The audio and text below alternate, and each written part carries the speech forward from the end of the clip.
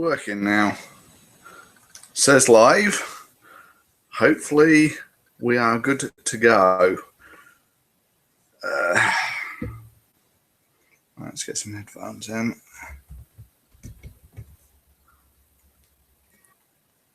Yep, new headphones.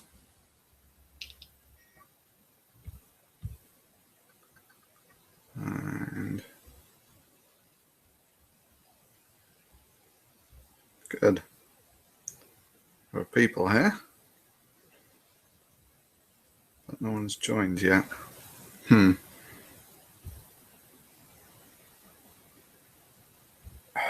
I hate this. I hate this so much.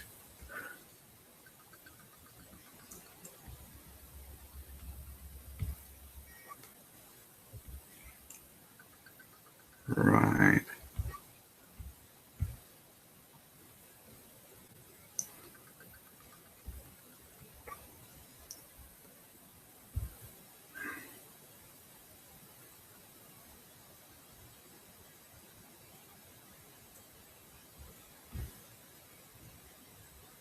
Get rid of that one.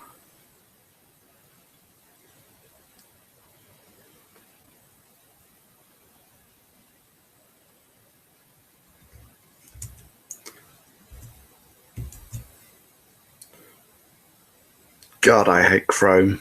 Not Chrome, Explorer.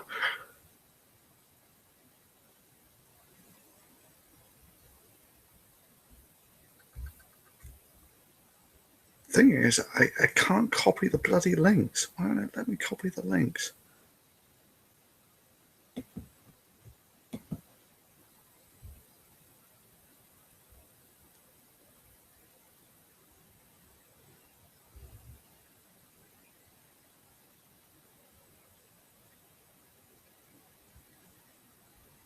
Oh, this is embarrassing.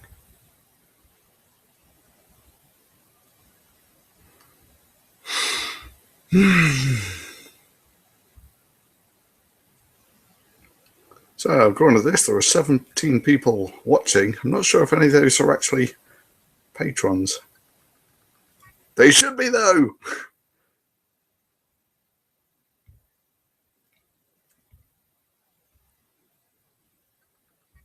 Copy the link, god damn it.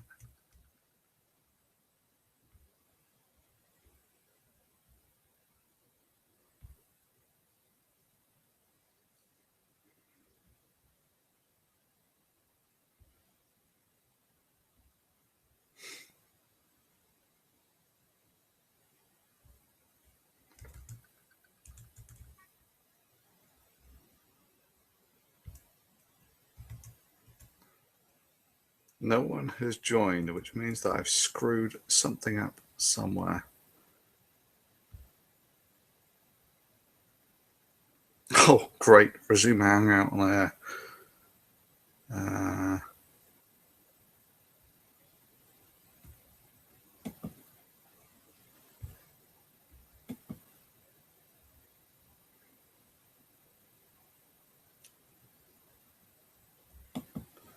Cool. I have comments. I've got somewhere.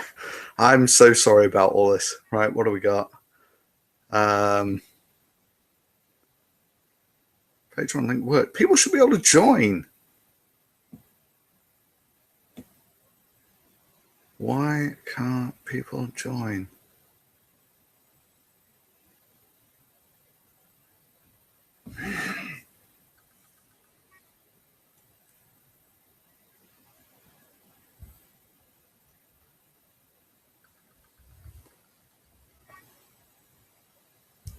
Try control room, see what that does for us. Well, according to this, it's streaming. How do I get the link to send people?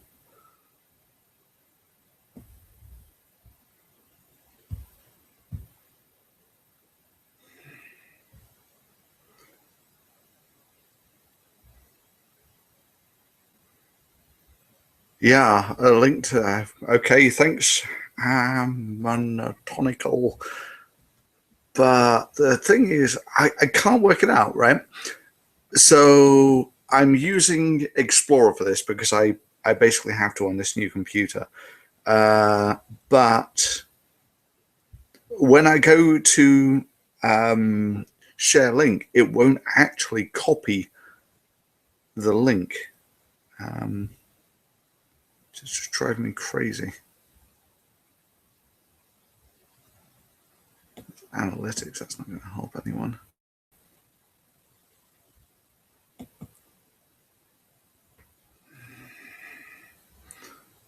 I had this right lined up, ready to go, and you click go, and it all screws up. It's so annoying.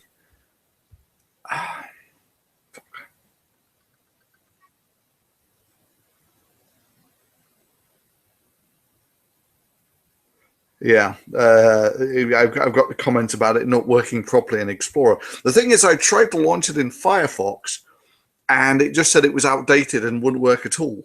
So I tried it with Explorer. So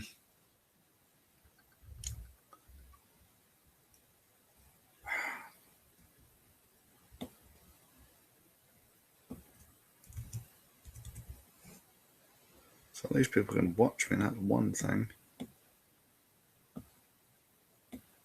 That's the link to the YouTube page. I want the link to the bloody Hangout. Oh, let's just try this one. Right, I'm actually, yeah, let's try adding this to Patreon. Right, so let's try this one more time. I'm so bad at this.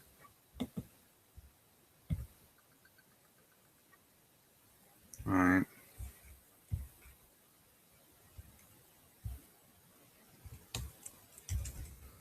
New Hangout link.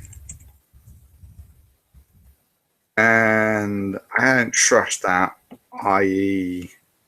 Google Hangouts thing, but whatever, we'll give this a go. And hopefully this will get it working this time. And we'll have that visible to patrons. And please, please let that work.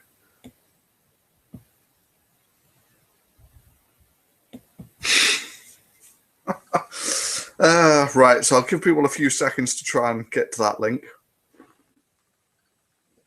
Whilst I'm drinking from my periodic table cup.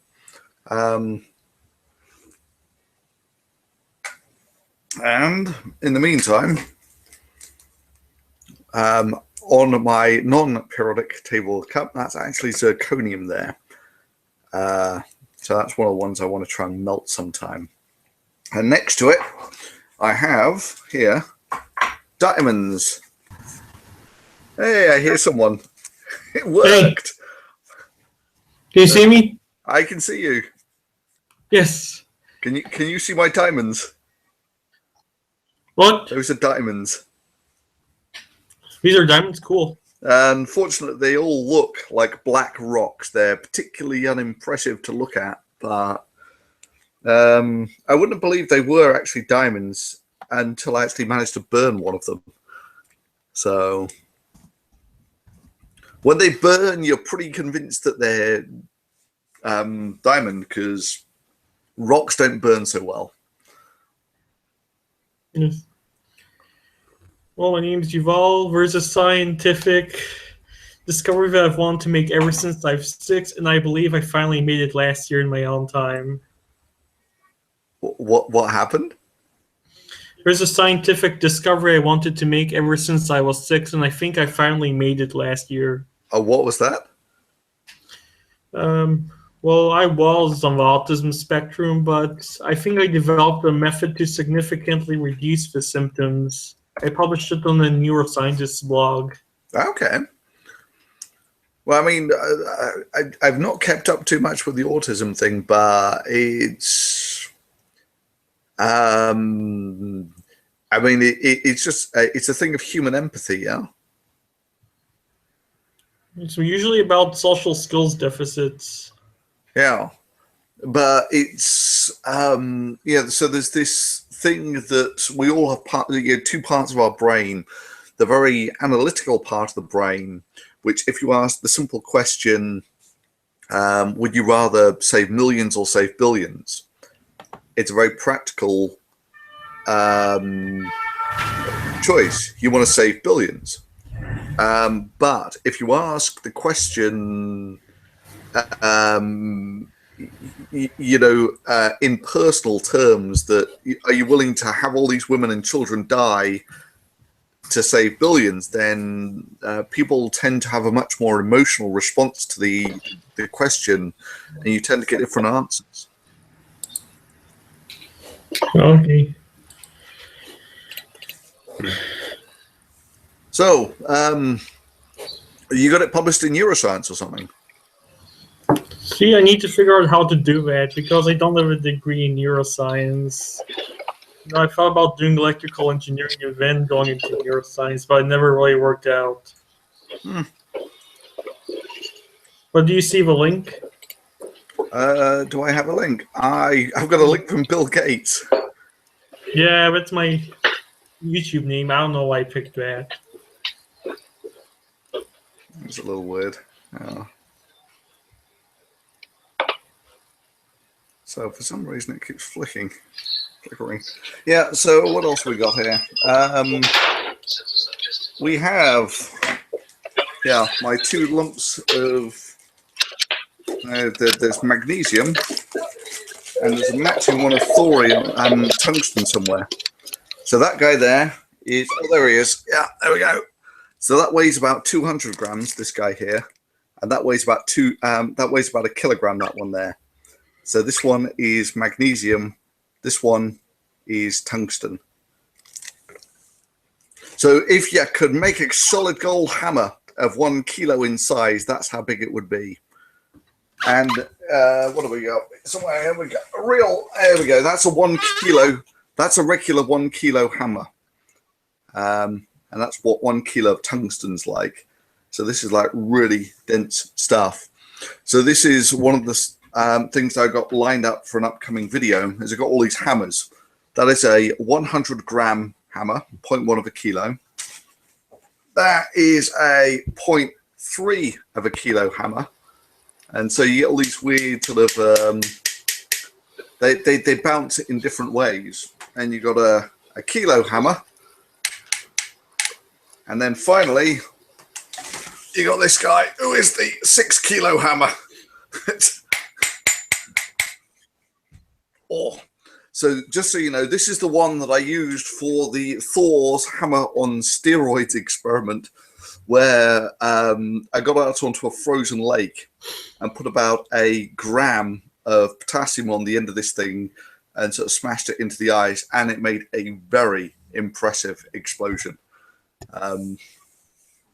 Which I ought to get around to putting up sometime. I use it on one of the intros. That's some really weird lag. So is it just lag from me, or is it?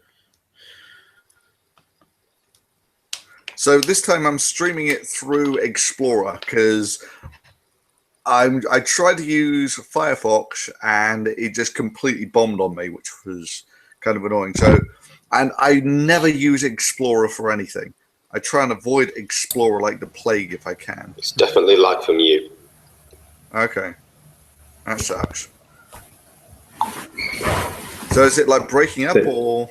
You're not breaking up. You're just, your voice is being repeated several times. Okay. Anyone else having this issue? No.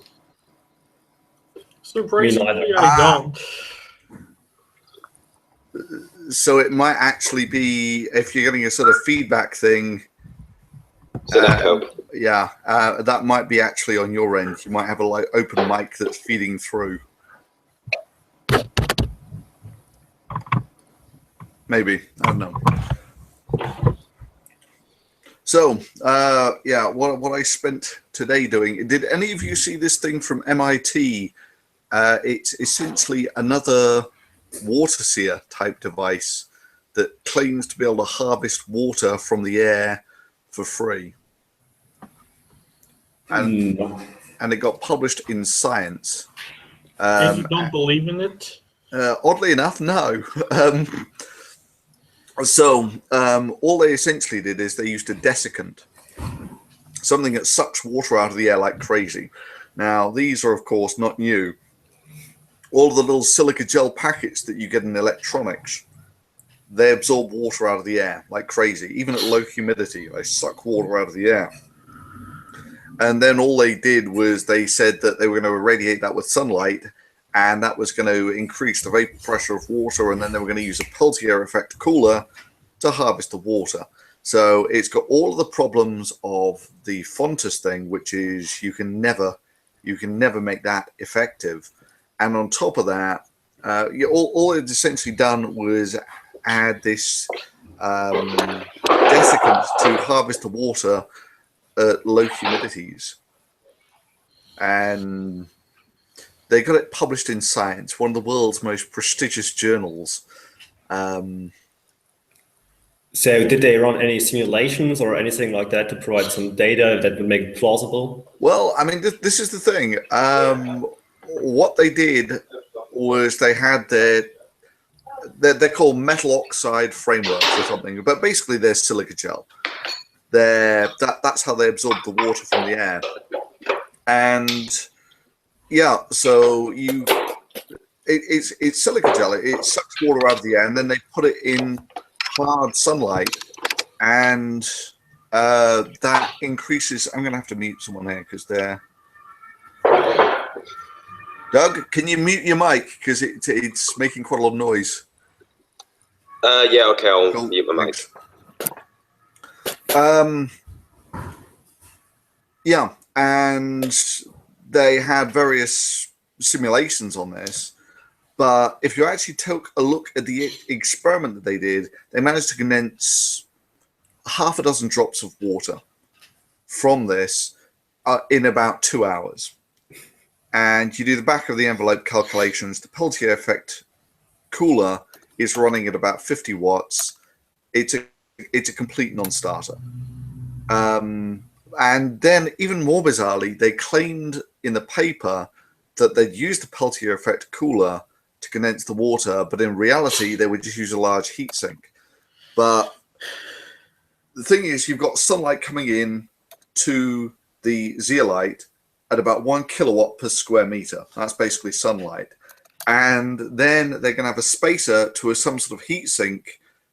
And all that's going to happen is the heat sink's just going to heat up very quickly and you're going to condense no water. So it's a non-starter on every level. And it got covered absolutely everywhere.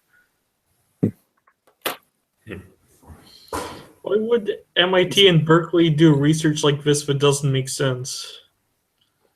So I can tell you probably what happened is they do research into these metal oxide frameworks, which are very trendy in chemistry at the moment. And it's basically a bullshit sales pitch that they've not done any of the calculations for condensing water or anything. This is just something they've never even thought about. Their speciality is mixing up metals with these sort of chained organic molecules to make these frameworks, these metal organic frameworks. And they just made some bullshit up and managed to get published in a prestigious journal. And then everyone sort of misquoted it without really thinking about it. This seems to be happening more and more frequently. Yes, absolutely. And this, I think, is one of the real problems is what is popular and what spreads around isn't what's true. What's true tends to be fairly boring and incremental sort of steps, whereas what people want to hear is we can make water from the desert. That's what gets headlines. That's what gets attention. Yeah, it's the big breakthrough. It's the big breakthroughs that get all the attention. They're quote unquote sexy. Yeah. I mean, that's exactly it. And it's the real dilemma. How do you actually fight against this? But I mean, Albert Einstein said academia can lead to superficial analysis because of institutionalized nature.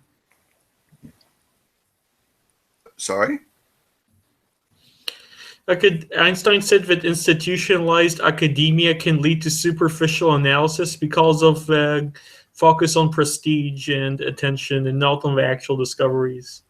Yeah. I mean, there's a sort of element of this that if someone with a Nobel Prize says something, then people tend not to think about it too much. Yes. And likewise, if they claim, well, we're from MIT, and I think it was MIT and Berkeley both, and essentially making the same claims as all these rather scammy water from air folks. And there's part of you that wonders, are they ignorant or are they deliberately messing with people like this? Are they doing this to try and scam people out of money? I mean, like with the Fontes thing, did he genuinely believe that he could do this? Or did he know that it was bullshit and just take the money anyway? Did the Fontes guy have any academic background? He was an art student, as far as I could tell. So he might have actually believed this thing, but if MIT and Berkeley, I don't think they believe it. I mean, what he did in the Fontes video, if I recall correctly, was pretty much show that even if you assume 100% efficiency, you can't get enough water out of the air. And they must know this as well. So the only reason for them to publish is for the sake of publishing anything. What I wonder is, it's so low-hanging fruit and easy for another scientist to, then publish a paper and, doing the same thing you did in the Fontes videos and showing that even if you assume a perfect system, it's nonsensical and, that should be published. So I don't really see, it seems to be the whole principle of scientific discussion, showing when someone is wrong, seems to fail. Or am I missing something? It seems to be completely failure of the scientific discussion and community. If something like that is published. Yeah, and so just so you know, with this new MIT/Berkeley thing, the people who I work with, they implore me to write a letter to science, right? Basically rebutting this. And there's part of me that I know that it's almost a futile gesture. This is, all right, this is one of the world's top scientific journals. And even if you get the rebuttal published in there, no one will ever read it. And if they do, no one will care. Whereas if you make the video, at least a large number of people will see it. And a lot of them will probably get the message. Yeah, videos definitely have a more wide-ranging, audience would be than scientific journals, which is unfortunate, but it's a fact of life. So I would definitely agree with your assessment on that. But why is it not detrimental to the reputation of the scientists who publish this? I mean, there should be some incentive not to publish bullshit because it's bad for your reputation. Yeah, although, there's this thing, there's no such thing as bad publicity. And whilst it's not entirely true, you can get things like Bill Cosby, where all that free publicity certainly didn't do him any good. With a lot of these things, you've got to get... The thing is, 9 out of the 10 people who see this will just believe it. And even if I do a fantastic rebuttal, it'll have 1/10 of the impact of the original sort of bullshit article. So, how do you actually compete in an arena like that? The problem probably is that they're doing it to make money, but they don't care about the actual science or the truth, just in the money-making business of the media. Well, okay. So for certain, all the people who republish this, the Guardian, Mail, all these newspapers, they're just in it for selling copy, as it were. But the people at Berkeley and MIT, I'm not quite sure what their game is. I mean, it's a lot of free publicity for them. But I mean, I know who was saying this, but yeah, I mean, this sort of thing can come back and bite you in the ass. You know, if it comes out to be a spectacular failure. Yeah, but the alternative is, you know, they have such pressure to publish, you know, publish or die, right? Publish or perish. Publish or perish.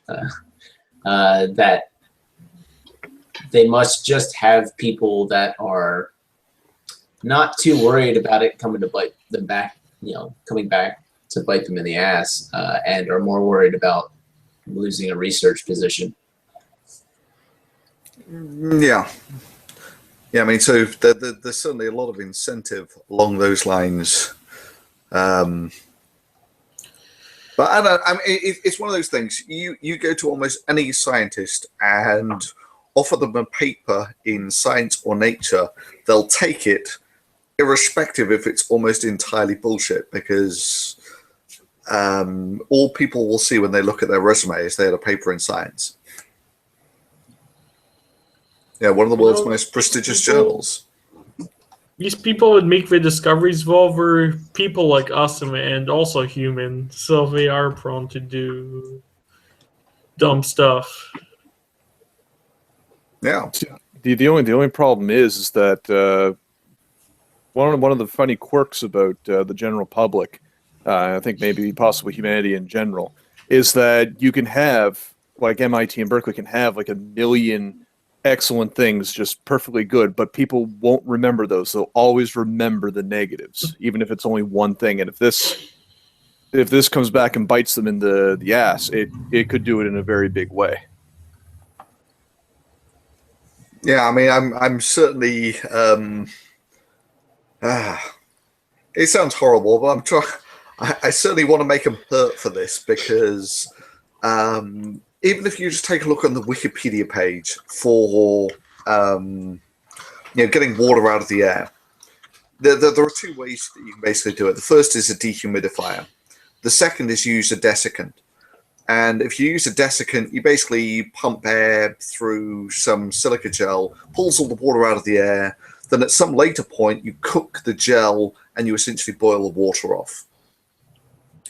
It's less efficient in general. The US Army apparently has one, and their upper limit for efficiency is they can turn 1 gallon of gas or 1 liter of gas into 5 liters of water, which basically means that water comes out as 1/5 the price of gas. Or you've got to transport 1 gallon of gas to get 5 liters of water, and that's their best case scenario. So the water comes out at a price of 50 cents per liter or something. Sorry, when you say gas, do you mean literally gas as in air or petrol or diesel? Gasoline, yeah. Oh, right. Petrol. Thanks. So you can turn 1 liter of petrol into 5 liters of water.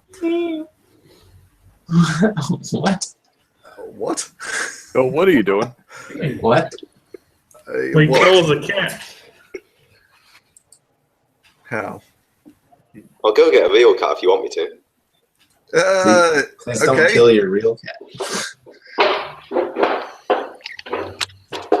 So now we're going to talk about cats, are we? It's not cats and puppy videos. Hey, that's the bulk of YouTube. Gotcha. That's really what's holding your channel back. You just don't have enough cats. Or... Needs more puppies. Yeah. Wait, before we drift off, I've got one further question on the Fontes and your water out of the air thing. Do you think that this might be good for science in the sense that if the general public picks up this story, they're doing something great with water out of the air and this will be fantastic in the future. So the general public hears that and maybe they think, wow, science is great. And then they never get to hear your side of the story that this won't work at all. And maybe, it's actually a good thing for the image of science in the eye of the general public. I mean, to a degree, yes. But it's essentially it's almost Trump. Actually, you give people empty promises and empty promises and empty promises, and they like what they hear. But ultimately, you're still selling people a lie. Trump voters are too stupid to know that they're being sold a lie, though. Yeah, but I mean, there is an element that in the big game is that actually really important that that they have a favorable impression of science is probably fairly important. And if you can't have the victory you want, then yeah. Also, let's say bullshit science gets funding from, well, the state. So I don't know what's the system in the US, but here in Germany, where I am, it's a lot of times what happens is they get money from the state, and then within the department they move the money around regardless of what it originally was supposed to go through for. So maybe you can, as a university, you can get money from the state by doing research like that, publishing it. It sounds great to a politician as well. They give you money, and then you take the money and do actual research. Yeah. So this might also be one of their intentions. We don't know. Sorry, go. No, you go ahead, Phil. This is actually fairly common in science, that you essentially have breadwinners who are, they're scientists, but they're essentially bullshit merchants who tell the funding councils what they want to hear, and you push all the right buttons, they give you money, and then they go and actually turn that over to real researchers who do something useful with it. But the actual direct relationship between what the money was asked for and what it's used for can be pretty tenuous, but it's actually pretty difficult to spend money on research and not get anything back from it. You almost always discover something. I mean, if you've got people who are interested in science, they'll discover something. One thing here, I'm going to put this up on the chat here. What do you think of this one? What's this one? Negative mass. I know it's not actually negative mass, but it's more or less they've done something that, so there's properties of negative mass. Yeah, so I didn't really understand this one. We vaguely discussed it the other night in the pub. I've not read it myself, but I thought the fundamental bit of this that I don't understand is I thought the whole thing of general relativity is you can't tell whether you're being accelerated by a force or being accelerated by gravity. And this seemed to suggest that you could. But I never actually got around to reading the article, so I don't know. Yeah, either way, it is pretty interesting read. Even for someone who's basically a layman like me who doesn't really understand all the ins and outs. But I mean, even I got from it, like they made the big announcement. Oh, well, sorry, the clickbait is, negative mass, and then you look down, it's like, well, no, they just created a super cooled liquid that has the properties of negative mass. Oh, that's right. It's the super fluid stuff. Yeah. Oh my god! And they're talking about rubidium atoms, which if it's like super cool rubidium atoms. Time of flight images on 1D SOC BC. I don't even know what the hell that is.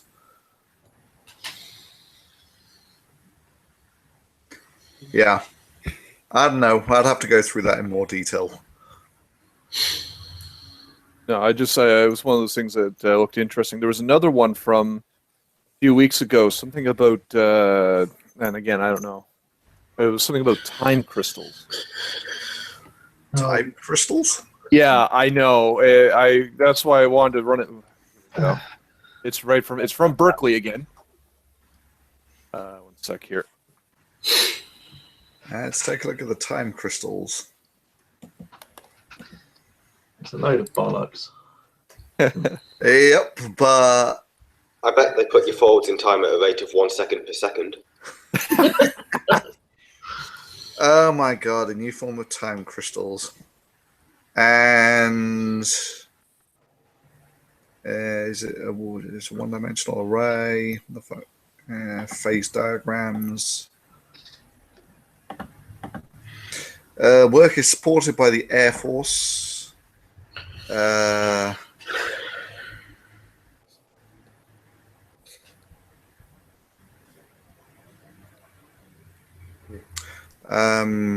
Crystal meaning diamond, bling, semi-precious. Who the hell wrote this? Berkeley. Jesus, they wrote this. That's why I said Berkeley. It's again. I'm really concerned about Berkeley. Yeah, I mean, this riots thing. It's like, I don't know how many here went to university, but anarchists are a staple of all universities, always have been, right? Because you get these young, idealistic folks all stuck together and given lots of free time, and they explore with all sorts of weird stuff. And anarchism is one that is always Anarchists? there. Anarchists. But universities are institutions. Yeah, well, look, there are lots of. There's always an anarchist society at universities. There aren't many anarchists after they leave university.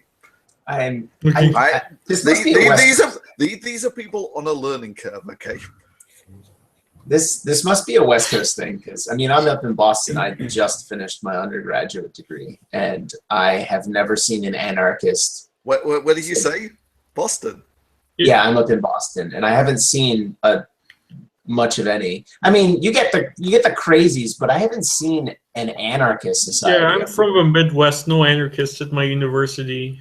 So I can tell you, because I was actually looking at this earlier, there is actually a Boston Antifa society, and I was looking at their YouTube channel, and it is really, really hard to tell whether they are legit, Post law, yes, or whether they're faking it.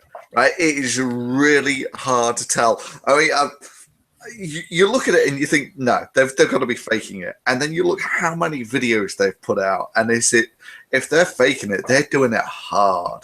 I just for fun, I just found their Twitter, and the logo on it is like, it's an axe chopping a piece of wood that has an axe embedded in the piece of wood. I have no idea what it is, but it's stupid. Exception? Yeah. Yeah, no. Go ahead. Sorry. No Came from? I mean, which country originally? I'm from England, yeah. So in Birmingham, where I went to university, there was an anarchist and a socialist. There was everything. There was every goddamn society you can imagine.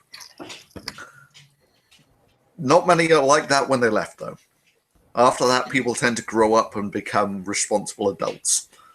Well, adults. Antifa right now is a little bit on the frightening side. They seem to be acting exactly like what they're supposed to oppose, more or less. Well, to a degree.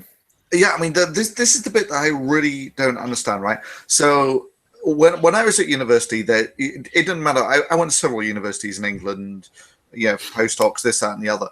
And there were always anarchists there in some way, shape, or form. But they weren't like this black bloc stuff. That's new. And as far as I can tell, it came out of Germany originally. This sort of really militant brand of anarchism. And why it picked up in Berkeley, I've got no idea. But, you take a look at these crowds, and the one thing is very obvious. They're all young, right? There are no old anarchists. Oh, it would just be funny, though, wouldn't it? It would kind of. But, it's conspicuous. You just take a look at one of these crowds and just do the demographics. Young men. Young, angry men. Yeah. There's women involved, too, as we saw with the porn star. Almost running. Oh, right. Okay, she made a splash, but if you actually take a look, just take a look down the lines of any of these protests, and if you've got 10% women in there, you'll be lucky. Yeah. Right? She made it big because because it was superbly framed when she actually got punched in the face. But I mean, also, I never quite worked out whether the Facebook thing of her saying she was going there to claim Nazi scalps. I'm not so sure. I know if that's legit, then yeah, it's kind of hard to feel sympathy for that sort of thing. But yeah, I'm pretty certain it is legit. I'm pretty certain. But I'm gonna go start a fight and then starts a fight. I have no sympathy for you. Exactly. But I mean, it's a sort of almost seismic shift for America. I mean, usually I remember seeing this thing from Megan Phelps, from Westboro Baptist Church. So she'd gone to all of these American universities when she was actually with Westboro Baptist Church, and they'd gone from university to university with their, God hates fags, we pray for dead children, the most horrific message you could possibly imagine, and they never got a response like any of this. And so what the hell's the deal? Where's this sort of change in the weather come from? Russia, clearly. George Soros. Yeah. No, what it is, and again, my personal opinion on this, so it may or may not be valid, is these kids that grew up in upper middle class and wealthy families that feel guilty, either feel guilty because of their wealth or feel guilty because they've been indoctrinated into thinking that this is what gave them all their privilege. So now they're sort of guilted into doing this and becoming violent and militant. It's become an ever-increasing phenomenon. So, I mean, if you were talking about people like, Anita Sarkeesian and that sort of genre, I would agree with you entirely. But yeah, there's been this shift that seems to have been a marriage with essentially what is the black bloc that you would typically get in Germany. And that's new, right? Normally, you take these sort of social justice warrior crowd, and you shout at them, and they go and cry and run off to the safe space. They don't get sticks and black masks. No, but every crowd has its radicals, if you will. Yeah, but the thing is, their radicals tended to be outrageous pussies. I mean, yeah, surely is just crying in a corner all the time. This is the other end of the spectrum.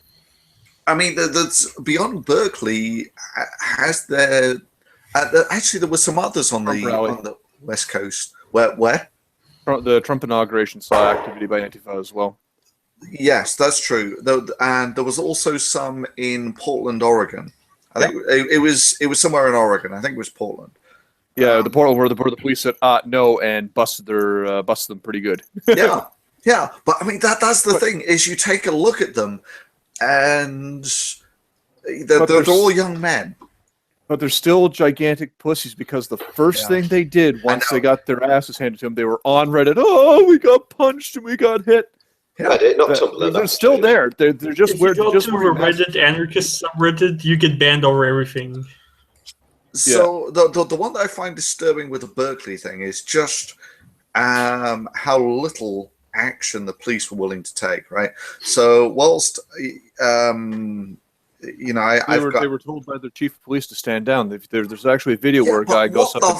Fuck! I mean, they're the police. They're meant, right? The whole deal with the police is not to just sit by and let two clashing factions fight. Yeah, this is where I'm willing to bet, Bill. I'm willing to bet that if it had been the Trump supporters that instigated the violence and were beating people up, that the police would have acted. There seems to be this hands off to whenever the groups are supposedly out for social justice. There seems to be this hands off. I think it's pretty hard to say that Antifa is all that smashing windows stuff. This is historically been anti-capitalism stuff. But they do it in amongst the social justice crowd. I think I think what it really is just the police being hesitant to add an anti-police narrative to whoever happens to be protesting, which is a dangerous precedent to set. It could have been. I'm not sure it would have been different had it been Trump protesters or Trump supporters doing it or whatever. It's the police being hesitant to cause a problem, or just by doing their job, which I think is unfortunate and very concerning. So, yeah, go. Yeah, sorry. I'm not going to beat a dead horse on this. I'll have to respectfully agree to disagree, just based on observing how things went and how things have been going in various protests around the U.S. So, I mean, for me, the nearest analogy to this that I've seen was football violence in England, and it started off that the police just turned a blind eye to it, and they had two rival factions, and it got more and more progressively out of hand until essentially every time you had a football match, there was almost a tribal war that went with it. And the British police were fairly decent at handling this eventually. And there was something where there was a foreign match, and all these British fans went to some country. It might have been Germany or Denmark or something. I forget what. And there were a lot of people killed. There's like half a dozen people killed or something. People just go to football matches to get a fight, though, don't they? Yeah, but the thing is that the police taking a hands-off approach let it get progressively worse and worse. And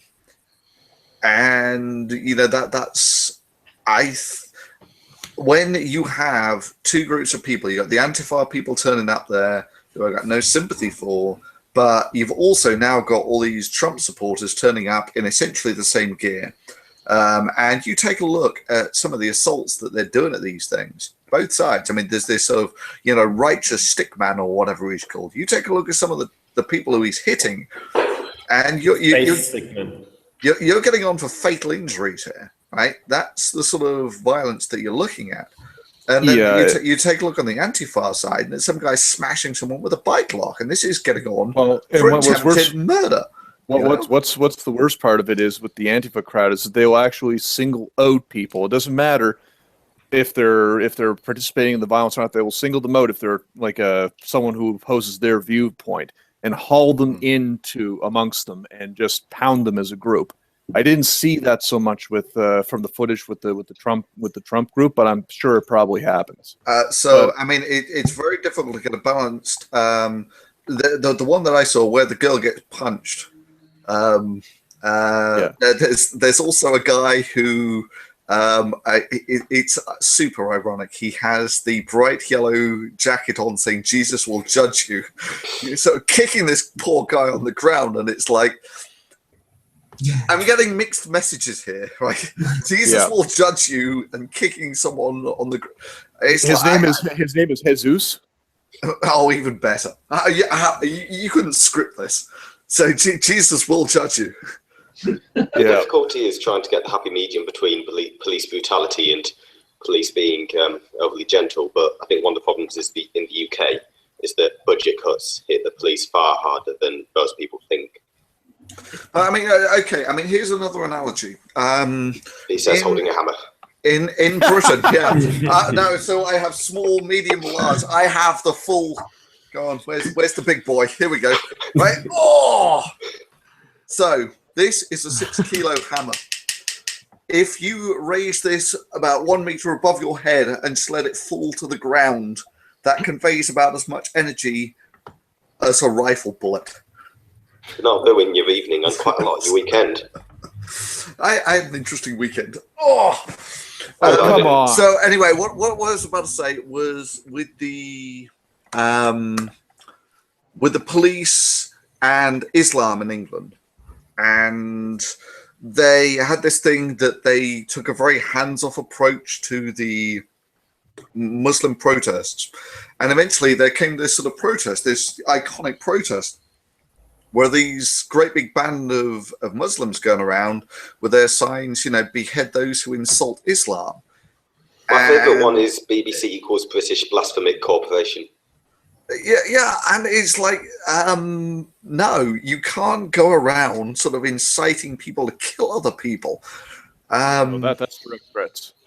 But you know what I mean? It's the mere fact that you decide that you don't want to enforce, to intervene in people who are clearly flouting or breaking the law for fear of being seen to be persecuting them. I don't know if we're the only two English people here, but I'm right up in the north in the Lake District, and so I really don't know. I haven't seen one of these protests that just don't happen in the north. Yeah, I mean, it's basically London as far as I can tell. I'm from the south coast, so I don't actually see them myself either. From near Brighton. Right. I think London, from what I've been reading, is basically the central source of all of this. Probably because it has such a massive Muslim population. London's the source of everything, though, isn't it? It's like transport in the UK. It starts in London, it slowly spreads to the rest of the country. They still use trains that were supposed to be decommissioned in the 90s in the north. Oh yeah, no, the rail system in England is a farce. In fact, this is part of one of the reasons why I was opposed to Brexit was the whole idea that, if we go it alone, everything will be great. It's like Britain couldn't sort out its fucking rail system, and it's had it for it's something crazy. Like there's been no new rail laid in England for 100 years. At the very least, you're not tearing yours up. About 200. Yeah, I mean it's along these lines that since the days of steam trains, there's been no significant change to the actual rail system. And it incorporates all the worst things about nationalisation and privatisation. So we fund the railways, but we keep none of the profits that corporations do. Yeah, I mean, it's that it doesn't matter which way you do it, there'll be disadvantages. You have it completely privatised. But you're the worst of both worlds. Yeah.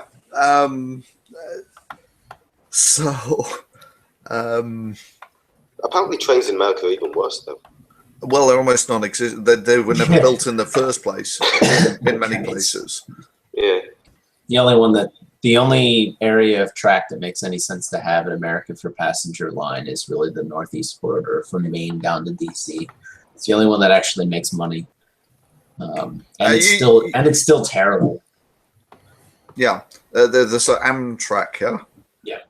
And you could probably do something profitable on the West Coast as well, but other than that, there's a lot of empty space in the middle.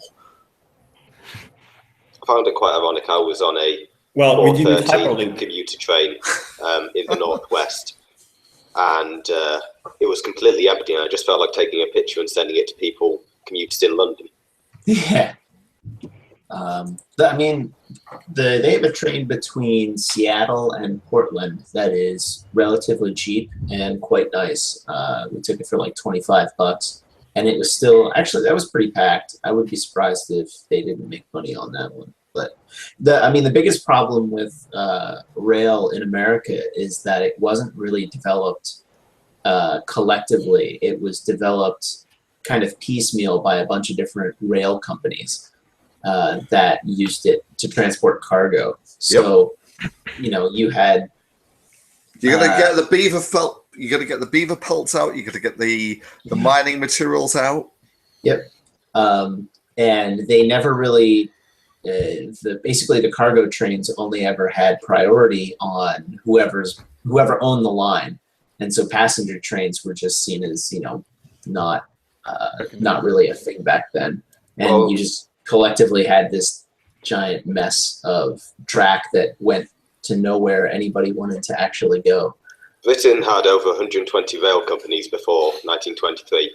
Then they consolidated them all into what's dubbed the Big Four. And that ran between 1923 and 1948. I'm a bit of a train nerd, I don't know if you can tell. And then they nationalised it and made it into British Rail. And so everything worked together.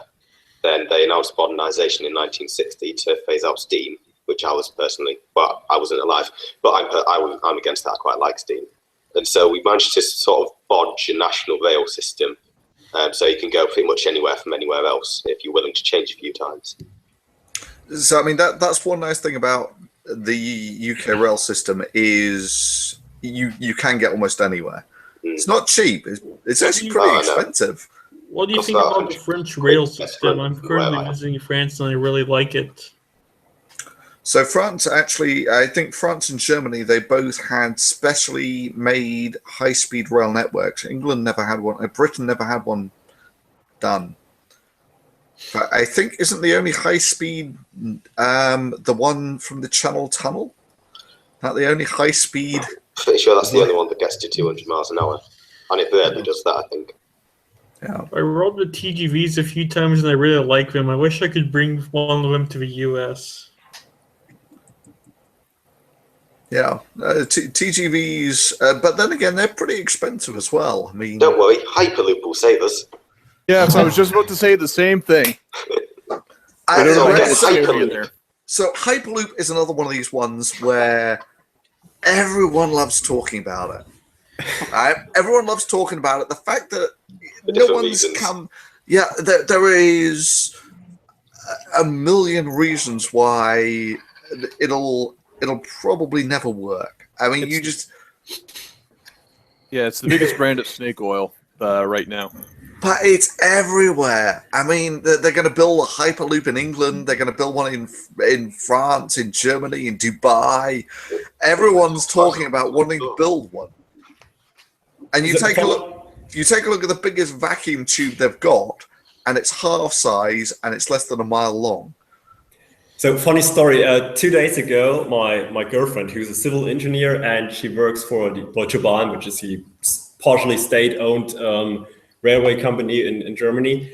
And she was like, so did you hear about that Hyperloop thing? And I'm just like, oh, bullshit. And she was really confused. So, why are you being so skeptical? And I don't know. So we had a short discussion, and then she was like, well, yeah, they should still do more research on it. It's a great idea. And that's really weird. I mean, she's an engineer, and it's even related to the field she's working in, and she still couldn't really figure out that it's bullshit. I just link everyone to your videos. Yeah. If I'm honest, I just do. And it's one of these things that one of the hardest problems with the Hyperloop is just making the big-ass vacuum tube. And making the big-ass vacuum tube is not modern technology.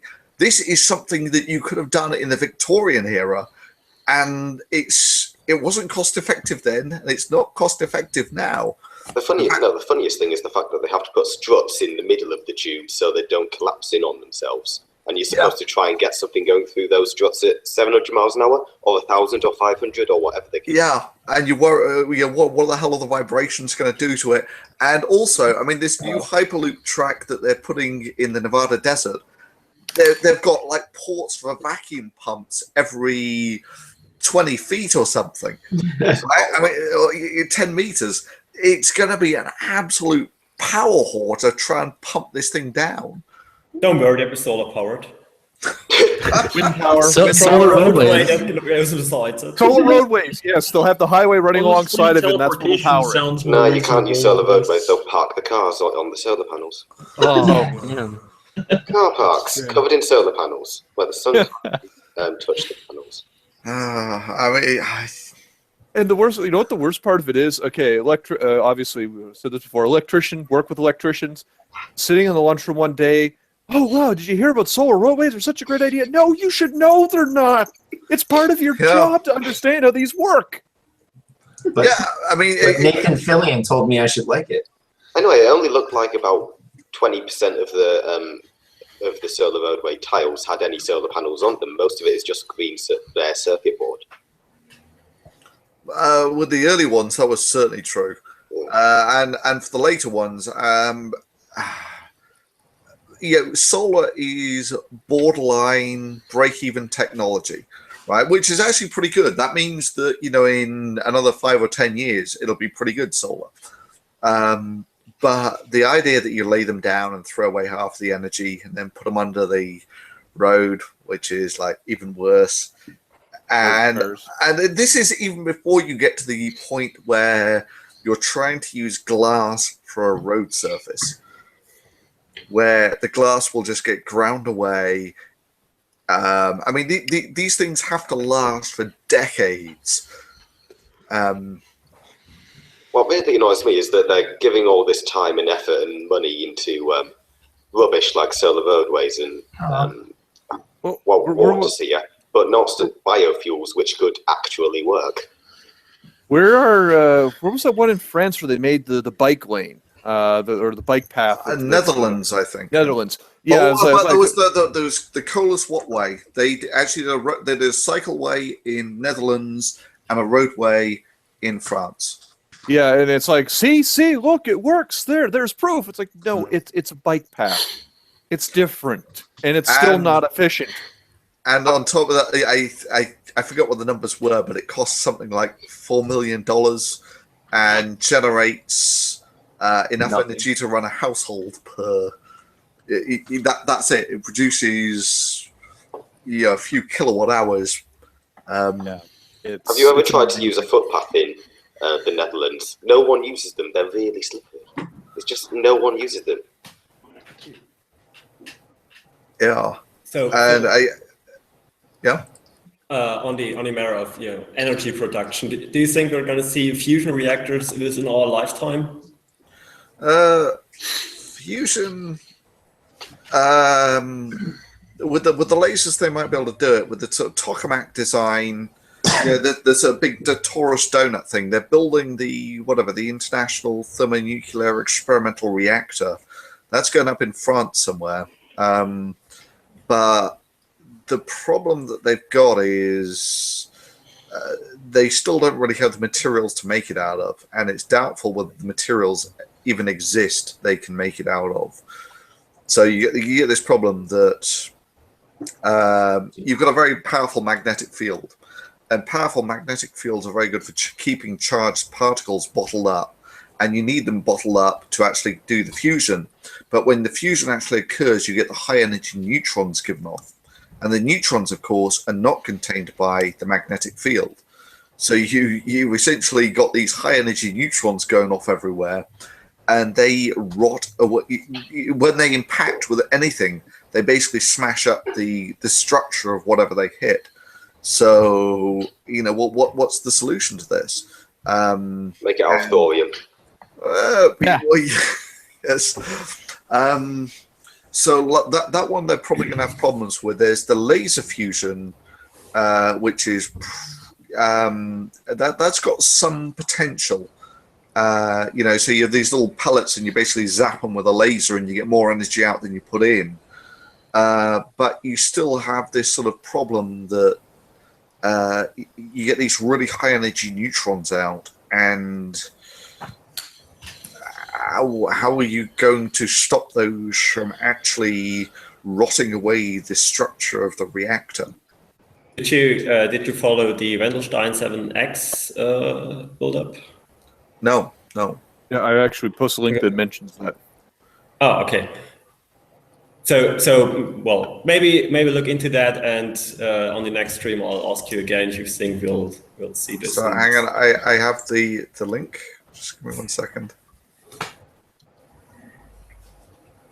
I'm looking at the stream chat right now, and I'm going to say something. I'm going to see how they react. I don't know if you're living in the UK or the US at the moment, Phil, but what do you think about Theresa May's surprise election? Well, I mean, as far as I can tell, Brexit completely trashed the entire political scene in England to the point where the Tories are basically the last man standing. So there is no effective opposition. The Lib Dems were a spent force once they formed a coalition with the Conservatives in the last government. Everyone blamed the Lib Dems, and then they. Well, they did. They did kind of turn. Yeah, they did turn into kind of lapdogs. We found out how much damage control they were doing in stopping the Tories doing a lot of their plans. I actually was part of a stream earlier today where this very topic came up, and someone, one of the people that was there, I believe, was from the UK, and they said that it seemed like the Labour wasn't sort of happy to see this happen for whatever reason, to possibly get rid of Corbyn. Well, so this is one of the weird things, is that Corbyn, by all metrics that you would think of, he got a vote of no confidence. And he basically said, nah, screw it, I'm going to stay as leader anyway. And this is heresy in England. You have to follow the rules. But Not 100% though, we're not Germans. Yeah, but you know what I mean? It's like everyone expected him to just step down after the vote of no confidence, and he didn't. He's justifying it though because the membership love him, but if the membership loves you and the voters hate you, you're rubbish. You can't get elected if the voters hate you. And yeah, so I mean, is this him being a strong leader, or is this him Being stubborn? yeah, just hanging on to power? But you can have the power when you pry it out of my cold, dead hands. I think he was an effective backbencher and a good devil's advocate from the inside for the Labour Party, but he's elevated above where he can actually function. Yeah, I mean, it looks like Labour is essentially destroyed as a political force. I mean, I don't keep up much with the details of the politics in England, but that was the impression. For at least a quarter of a century now. Sorry? I said they must be dead for at least a quarter of a century now. They're not coming back for at least 25 years, I'm saying. Well, I mean, maybe not that long, but the point is that I mean, what are the forecasts? I've not even looked at the forecasts. I think they're saying a Conservative landslide. Yeah, I mean, it's basically because there's no one else to vote for. Yeah, it's not that anyone likes them. It's that there's no one else to vote for. Yeah, I mean, what are they doing? I really don't like the Conservatives. More of a social democrat. We don't have any social democrats. If you want a choice, a different leader, I will be more than happy to ship you over Justin Trudeau. More than happy. Can we have Bernie Sanders? No, he's US. I'm Canadian. Yeah, I know, but just asking if you could hop over there and get him for us. No. I don't know. Maybe I think the guy there in the orange shirt might object if I did that. You know, he's an American treasure. So national treasures. Then we'll just get Stephen Fry to be our prime minister. He would actually probably be okay. It'd be good he's so charismatic. He would be brilliant. He's also he's a fairly smart guy. Yeah. Did you see his debate with Christopher Hitchens in 2009 on Catholic Church? He was bloody fantastic. I mean, I like that one. Yeah. Great orator But what I want to happen with the election, because I hate the Conservatives. Ideally, I would have Labour because they're not the Conservatives, but they have no chance that at the moment Corbyn would not do well in any negotiations with anything. So I'm hoping for a coalition between the Conservatives and the Liberal Democrats, just so the Liberal Democrats can do a bit of control and moderate the Conservatives. Yeah. Could I have a radio check? Yep. Thank you very much. So about the French elections, Le Pen is into the second round. Although I've got a French colleague who I was actually with shortly before getting on this stream, and she was saying that she was actually really quite happy with this because she doesn't think that Le Pen will win. But we live in uncertain times. Yeah, I heard that I'm in line before. the moment. Yeah, someone else wasn't supposed to win. Yeah. Someone else wasn't supposed to win. So, I mean, but yeah. with France, you have to get. And I saw people drawing Hitler-style mustaches on Le Pen pictures. Yeah. I mean, Le Pen has said some pretty disturbing stuff, but it's one of those things that in a decent democracy, the actual system is usually set up to limit the power of people, to limit the rate of change, which sort of defangs a lot of the more extremist folks. Yeah, I mean, so for instance, Trump, has he? What has he actually managed to do? Literally nothing so far. He got rid of the TPP, and this I've heard people say it's good, people say it's bad. I don't really know. Don't really care. I think he's renamed a few buildings. I think he's embarrassed Americans all over the world. That's. I mean, I wouldn't call that an accomplishment, though. George Bush did that just fine. He did manage to negotiate a trade deal with China, though. Of course, we don't know what the details are, but I mean, he just comes up with these sort of hilarious things, like, you know, no one knew that healthcare was so complicated. and then this other great one that, you know, after a 10-minute talk with the Prime Minister or President of China, I now realize that North Korea is much more complicated than I thought. And it's like, for fuck's sake, dude, tell me that you're not the guy in charge, right? If you were the intern, right, this would be an acceptable thing to say. I like to imagine Obama sitting back. One of the last things he said before he left office was Trump will learn that reality has a way of fighting back. And I wonder if every time Trump says something stupid like, you know, who knew healthcare was so complicated? Obama's just sitting there like, fucking told you so. If I could just quickly... I actually supported Trump for a few months, just because I wanted to make fun of SGWs. you see, for me, I did not like either candidate at all. I didn't like them, not in the least. So, but that's the thing. That's the dangerous thing about populism, right? Is it's when you have a strong man like Trump who is going for a populist message that isn't necessarily a good one. It's still very enticing to some people to support, there's a lot of, you know, vote for my team, don't vote for that team, don't look at the details, you know, that going on. Yeah, going to Le Pen under that idea, though, you can sort of understand why people in France are voting for her, considering the whole mass migration issue and such like that. And all the various terrorist attacks, they're being sort of scared into it, more or less. France does also France has issues. Yeah, go.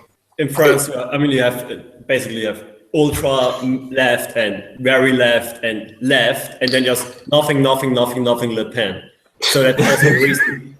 There's also a reason why I don't think she's going to win. She got like 22% or something, and that leaves 78% of people who did not vote for her. So now they're still going to second round with just two candidates, and I don't think that anyone who voted so far left, France kind of left, will vote for Le Pen. I don't think that's going to happen. So, fairly unconcerned about France.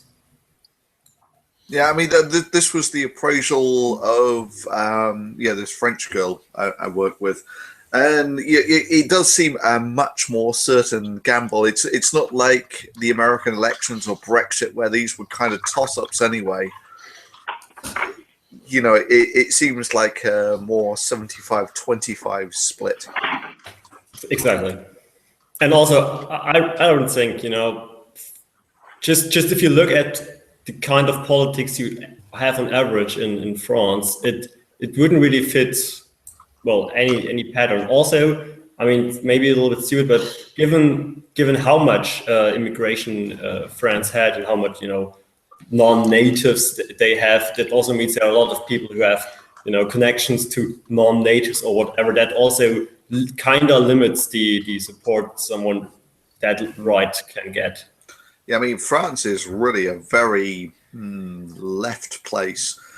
They have about 35 hours a week, working, and they have they have a strike, every 2 months. Exactly. They just feel like it, and they have extremely high taxes for rich people, and it's just that they have really, really weird pension regulations, like basically forced retirement. You stop working. Yeah, forced retirement. That was what I'm looking for. So it's so left. Someone from the US can't even contemplate just how left France really is.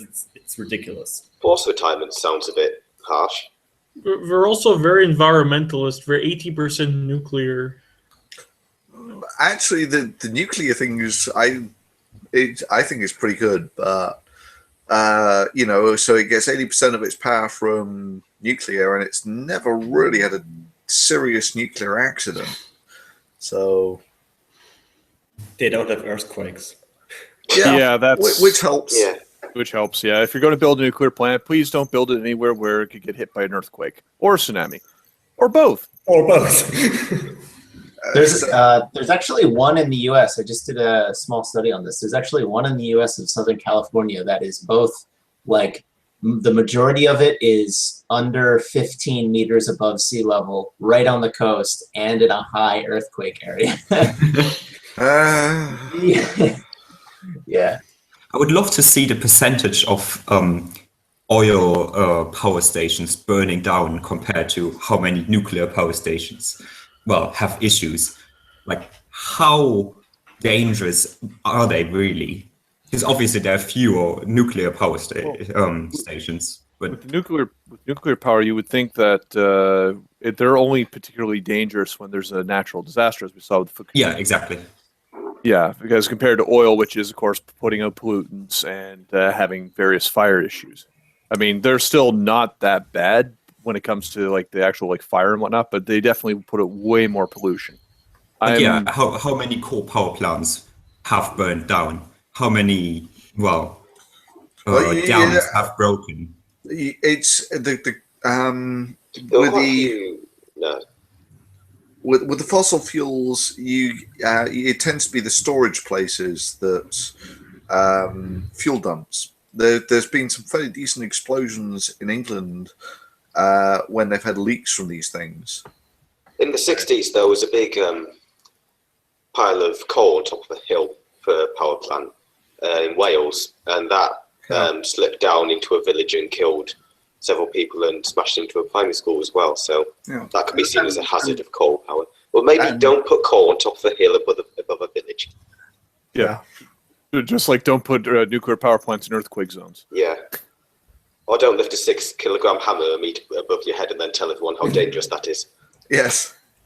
Well, I feel like vacuum tube.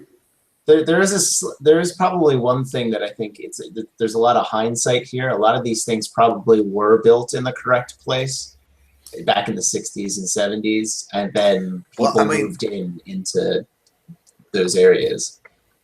I mean, Fukushima was only just wiped out, right? You know, it was they got unlucky, but it was also the oldest nuclear power station in Japan, I think.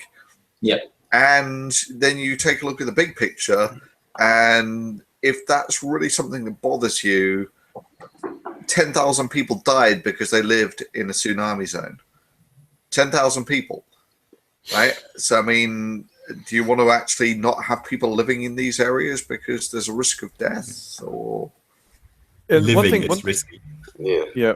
Yeah, one of those. Fukushima is one of those things that keeps coming back and coming back and coming back. And I mean, they've got now that's circulating around Facebook again. This picture, I think it's a current map from NOAA or whatnot that's being passed off as a radiation map. That one. That's hilarious. I think that coal power should be banned and all the coal should be saved for steam trains. But just so you know, explain this NOAA map because it's funny. Yeah, basically, you have this thing going on about how Fukushima is poisoning the entire Pacific, right up the western coast of North America. And they show this picture, and I can't remember what map it is. I think it's a current map, but I could be wrong on that. And it shows like these different colored gradients and this big cloud going out. And it's like, this is the map of the radiation that's flooding from Fukushima. And it's like, no, it's not. It's got wave height in centimeters written in one corner. It's actually a new one. I've seen it. It's labeled, I don't know, a mass flow or something like that. It has nothing to do with radioactivity. It's just a map of the stream. Yeah, it's absolutely ridiculous. What? So just so you know, this is something that I've got. Do you know what that is? That's zirconium. Last time I spoke about zirconium, and you got a bit of zirconium. Talk about gold. Actually, I've got some gold here as well somewhere. Oh, sweet! Hang on, about hang on. You see that? That's That's not gold. That's fool's gold. It's yeah. pyrite. I was about to say that. I was like, that's a little But too. I that's not had much a of a piece key. about that big once. In fact, I've got a really nice piece. Just give me 1 second. Your second is up. You failed it. Just as an No, FYI, that is cool. It's I, not shorty. Oh, he's back. I shared a link down the corner, guys. If you're interested, if it's from World of Warships, so they're actually putting the HMS Hood in the game, so that it's showing the modeling process they use to actually bring the ship in. So it's pretty cool. I like the Hood. It was a good ship. It's just a shame about the plunging shot on The deck top armor. deck. Yeah, the deck armor was not that good. Ooh. So there you go. That's pyrite. Yeah. The cube shape does give it away, though. Yeah, and let me see. Oh, there we go. That's gold complete with teeth marks. Yep, those are my teeth marks. Oh, by the way, can people contribute to your solid gold hammer? Yeah, when I get around to so right. Do you have any crowns? Crowns, I mean gold teeth. This is a 100-gram hammer. So if you're to make that out of gold, that's about $4,000. The kilo. How much do kidneys sell for? Sorry, kidneys. How much do they sell for? Actually, I have to get back to you on that one. But He's volunteering. So this is the one that is crazy. That's like a kilo of gold. In fact, I was planning at one point to get my tungsten along with my gold plating kit. Just coat my tungsten with gold. But that would be $40,000. And yeah, so it would be the same mass as the 1 kilo hammer. It might be worth asking the chemistry department in the university you're working at. Because, for example, I worked in a lab, and as we see in Oxford, there is no precious metal refining service. So they want to throw away a liter of a troy ounce per gallon gold sulfide, and they just gave it to me. And maybe they have, yeah. How much? 1 liter, which is about 8 grams. Of gold in solution. Yeah, so it's $500. Yeah, about that much.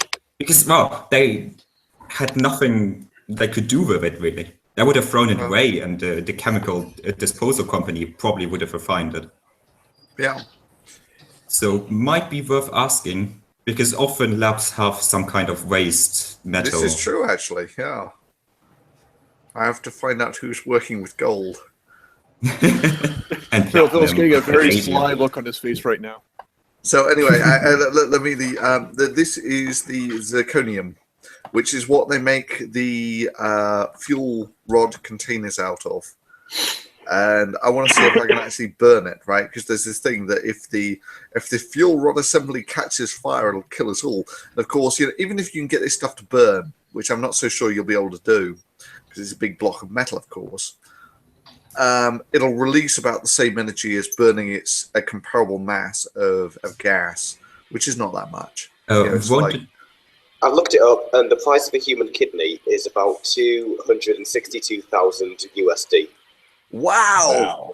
That's so, hang on, how many? $262,000 USD. You can get a 6 kilo gold hammer for that. And how long do you live with only one?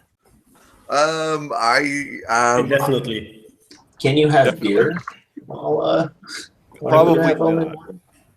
I know someone who left the kidney, and he's just fine. He's doing a lot of sport, and he will live just a normal life. He can't drink that much alcohol and stuff, but really he's fine. It's not that big of a deal, unless of course you get something like that. But under normal conditions, no problem at all. By the way, Phil, your gold hammer, the problem is it's not such a bad idea because, well, people buy gold, because they want to have gold and store it as a value, right? Yep. So it's just sitting there idly, doing nothing. So basically your gold hammer, you have that gold as an investment and you also use it to be productive, which means a gold hammer is actually a pretty good idea, because unlike an ordinary hammer, if your ordinary hammer breaks, you just lost value. If your gold hammer breaks, well, you just sell the gold and everything's fine. So actually, a gold hammer is a great idea. Yeah. Melt it down and do something else with it. So what you need to do, Phil, if you get a solid gold hammer, the 1 kilo version, is after you do your experiment, melt it down and make commemorative coins. Actually, that's Make your own coins. That's a good idea, actually, because if your normal military main battle tank dies, then you've got no use for that tank anymore. But if you make all your army's tanks out of gold, then your gold is being useful. But when it gets knocked out, you can sell the gold. If you troops Or something. Why don't we just make all tanks out of diamond? Because that's really strong. It's the strongest metal of the world. Yeah. I'm glad someone got that. Carbon. So I've got a question for you, right? These were my diamonds. I don't know whether any of you... that one's actually the smallest, but he's the most crystalline. So if you actually shine a laser through that, that actually looks like a single crystal. And I got He's two the most others. crystalline. Did you just assume that diamond's gender? Maybe a little. But the other guys, these I got because they're bigger, and I want to revisit the melting gold thing. So what I'm going to do is, previously I just tried to melt gold by putting the burning diamond on top of it. That was obviously a waste of time. So I've now got to cut this into thin strips. So if it's essentially gold wire, and then that limits the rate that you can conduct the heat away through the metal. So hopefully I will be able to melt sort of gold wire using one of these guys. And these, by the way, you can get on eBay for about something that size is about $20. That's a diamond. I actually have a question. Potassium. You go first. Sorry, what's the question? No, you go first. I'll go first. But I will ask him. Yesterday I tried to take some photos of Jupiter with a 30 centimeter Schmidt Cassegrain, and it's pretty dirty. So I could see like the atmosphere, like the stripes. Yep. But barely see the storm. Do you the big red spot? Yeah. Do you think cleaning and resurfacing the mirror and lens would do a big difference? Probably not so much. With planetary observing, you'll have two main... With planetary observing, you're mostly interested in resolution. Now, having a big telescope, 30 centimeters is a big telescope, yeah? That means your mirror's this sort of size. Resurfacing it gets you more photons, but doesn't necessarily increase your resolution. Your resolution is usually limited by open aperture.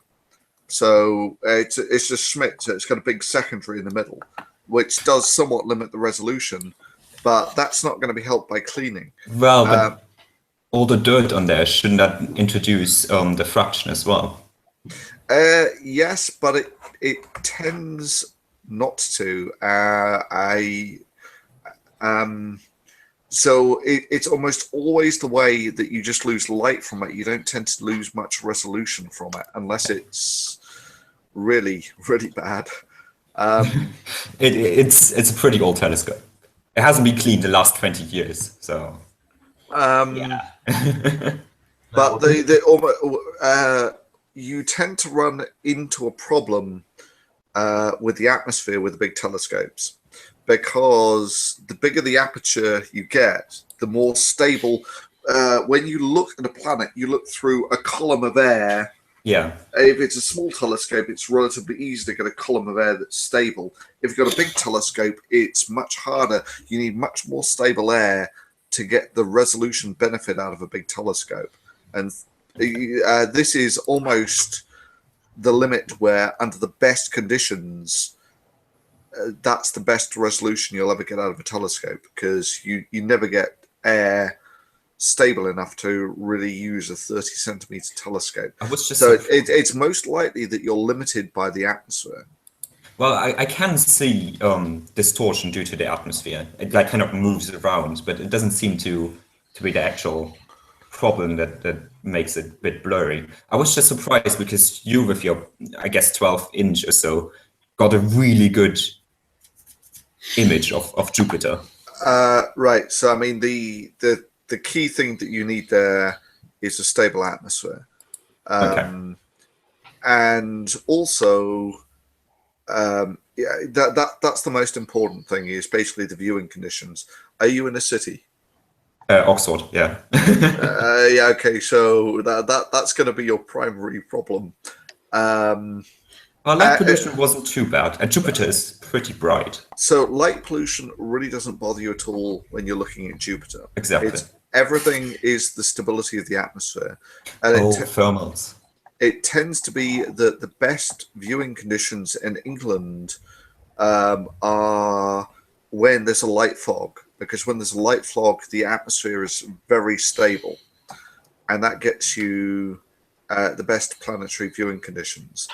And the other thing that is probably adds an order of magnitude on how good an image that you can get is the digital processing. And are you familiar with a program called Registax? Yeah, just running in the background right now. Yeah, that helps a lot. Okay. So even if you've got really shitty viewing conditions, something like Registax will help average out a lot of that. Okay. I doubt cleaning your not microscope, telescope would do harm though. Sorry? I doubt cleaning it would do any harm though. I can't think of anything that shouldn't be cleaned for 20 years. So you've got to be a bit careful with optics and cleaning. One of the big ones is they have anti-reflection coatings on, and unless you really know what you're doing with cleaning the optics, you can do more damage to the reflective coating layers than you gain from cleaning the dirt off it. And so almost it's got to be really bad before it's worth cleaning. There's a fungus growing on there, so.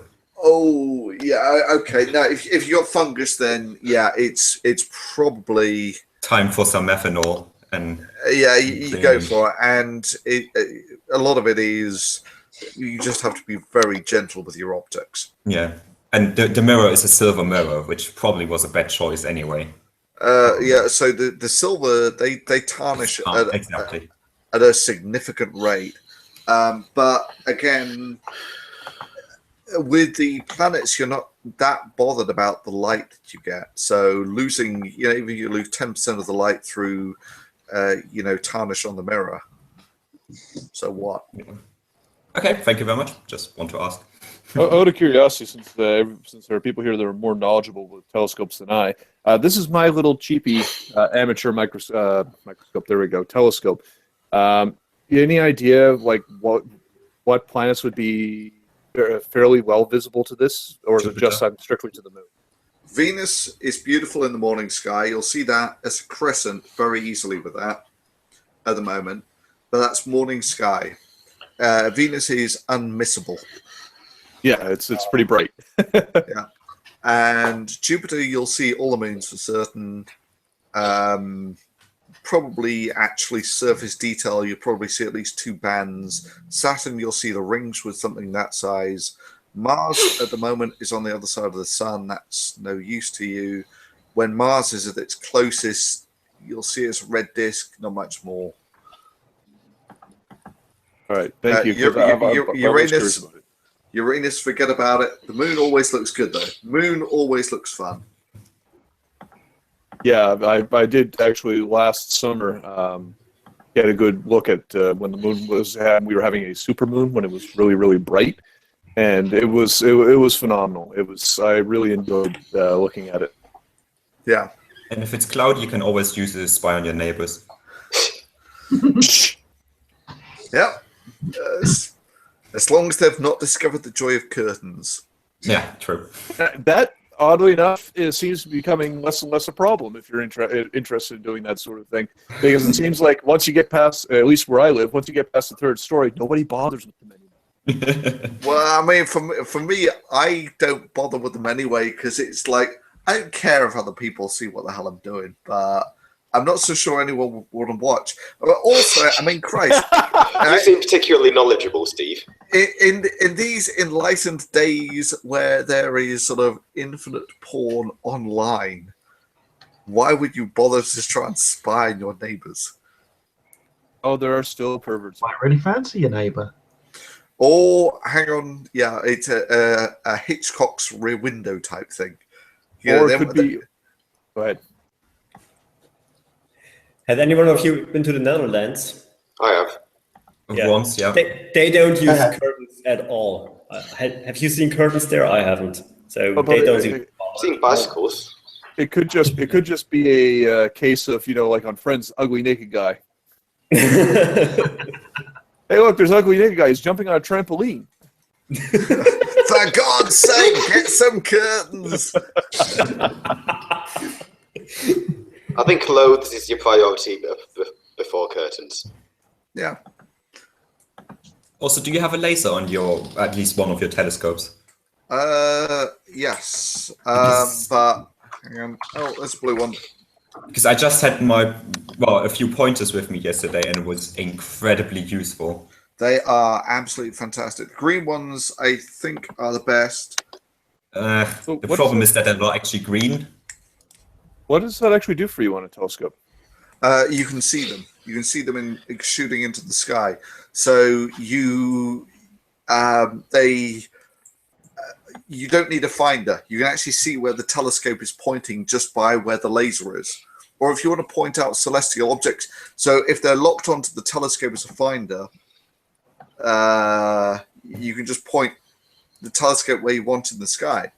And if you just have them handheld, you can actually show other people, this is the constellation of Orion and Perseus and whatever. And you actually point it out to them with the laser. And everyone can see where the laser is pointing into the sky. Yeah. It's like having a giant hand that you can do things with. Sorry, that led me to the thought of, someone doing a stupid cartoon where an alien's getting its eye zapped out by someone's handheld laser and playing about. But then, on the topic of stupidity, did you hear what Brianna Wu said about throwing a rock from the surface of the moon? I was so tempted to do. In fact, I did actually start writing the script for that because there's a lot of dumb in there. What was that? So Brianna Wu, trans social justice warrior extraordinaire, running for Congress, came up with this thing that we have to stop people dropping rocks from the moon because they will have some huge amount of energy, which is true. Well, but if you get it out of the sphere of influence of the moon. Yeah, well, there's also the problem that the largest object that has ever left the moon and come to Earth was the Apollo spacecraft. Yeah. And that weighed about a couple of tons. And is people lobbing shit from the moon a particularly big problem? Well, I mean, in principle, if you were to set up some giant facility there, yeah, maybe, because you get a lot of gravitational energy coming from the moon to the Earth. Yeah, but saying we've got to stop people from doing it suggests that it's already happening. Yeah. There was a lot of crazy in this post. Oh, it was comedy gold. It was comedy gold. One of the best things about your job is you'll never run out of idiots to expose. Oh God, yeah, and some of them are. Yeah, so.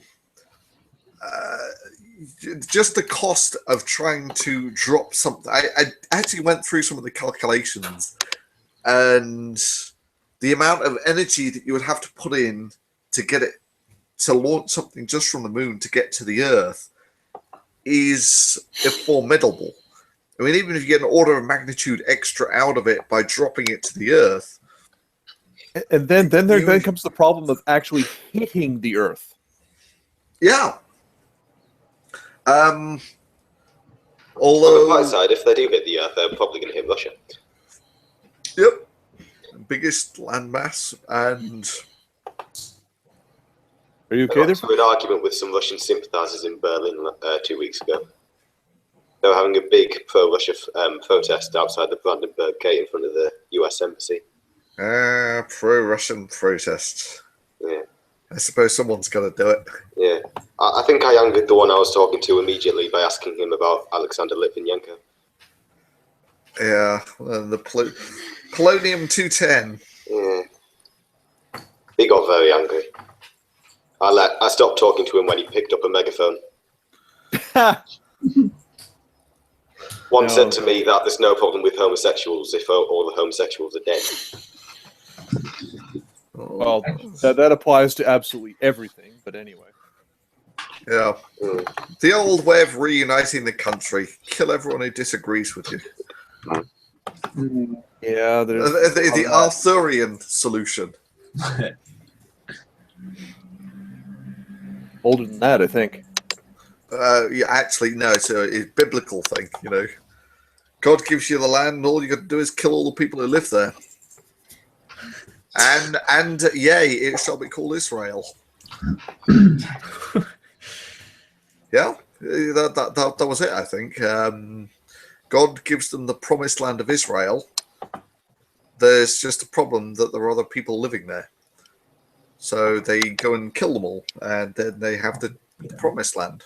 God tests his people, and you can't question. You know, he works in mysterious ways. I think street the preacher world- that made me realise I was an atheist. I think the world would be a lot better off, in all honesty, as much as I deplored the loss of human life, is if something just raised Jerusalem off the face of the planet. I've actually I've thought about that. You know, that if you actually had a thermonuclear bomb, just bury it in concrete in Israel and tell everyone it's on a 7-day countdown timer. And yeah, after that, it's a radioactive wasteland. If people want to go and live there, then I'm sure God will protect them. Oh, but just wait. The thousands of years it would take for the radiation to go away. There'd be people waiting to go back. But that's the thing, is there is just replenish the supply of radiation every couple of thousand years. All of the Abrahamic religions have some desire to claim Jerusalem. Yeah. If all of a sudden it's a radioactive crater, no one has to die doing this. It's just, you've got a week to get out, and well, maybe we'll be lucky and someone will throw a rock from the moon and hit it. Yes.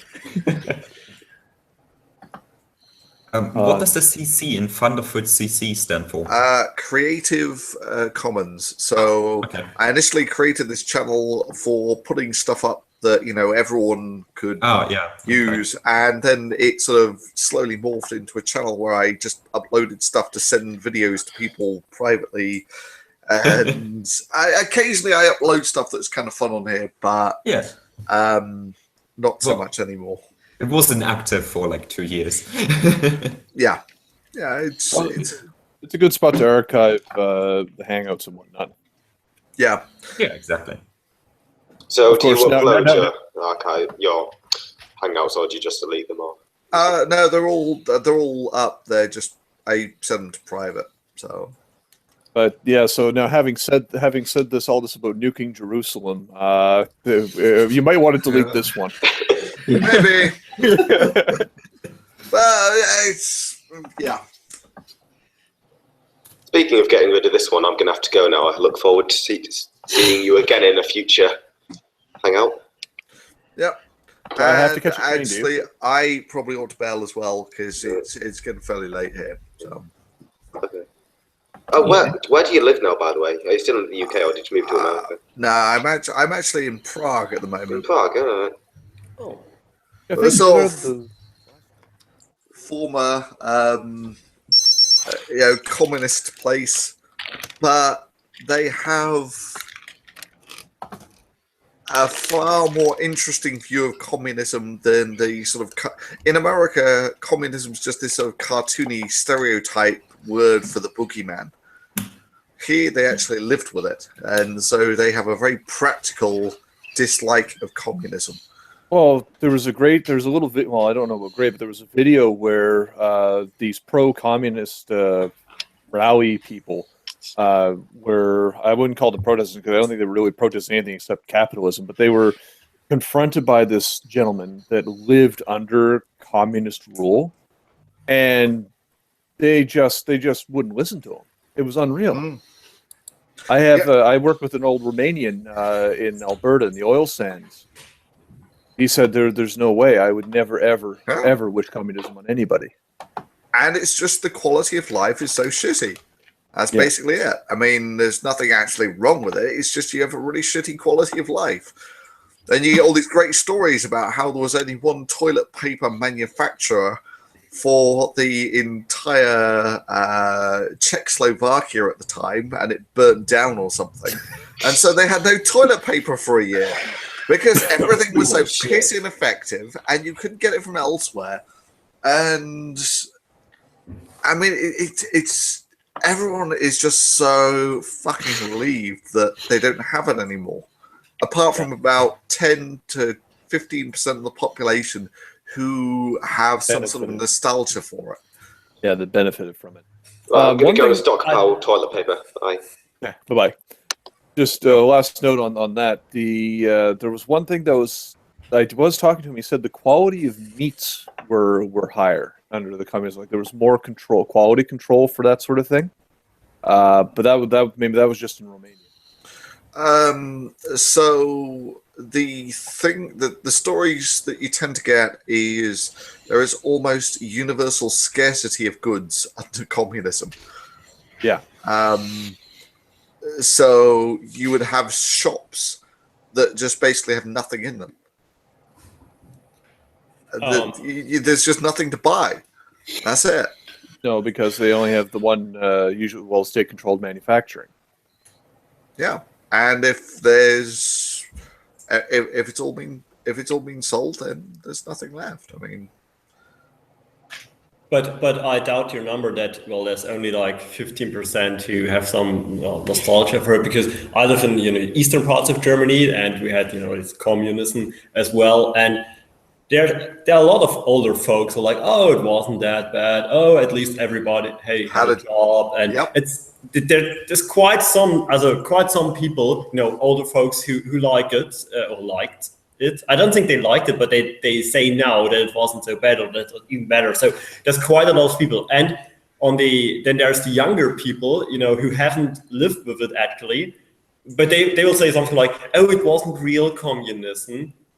These are the anarchist type folks that, if everyone believed in it, it would work in principle. There's a reason it's never worked in practice. Yeah, communism looks great on paper, but it depends on one thing: everybody working together for the common good. And I'm sorry, human beings are not that far evolved, so it ain't going to happen. Yeah, and also, I mean, there's the sort of these anarcho-capitalists. They have this sort of similar dewy-eyed naivety that if everyone just chose to do what's best with their money, then everything would work out. And it's like, actually, no. People have all these rules and regulations because they bring security on things you don't want to gamble on. Right? I don't want to wait for the market to work out what the correct level of lead is in water. I want clean drinking water. Yes, and among other things, you don't want a small conglomerate or even one large corporation controlling manufacturing on particular items, because Sorry, go ahead. No, but just to finish that off, because then they can set the price, and the price tends to go.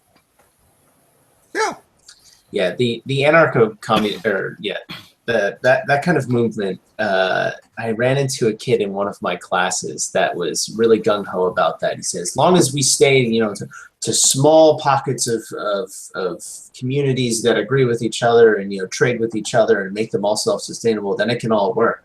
I'm like, well, then how do you define that small area without there being a government? Well, you just work with your community. I was like, well, what happens when one community wants to do something with another community? Well, you work that out together. I'm like, you're starting to describe a government, you idiot.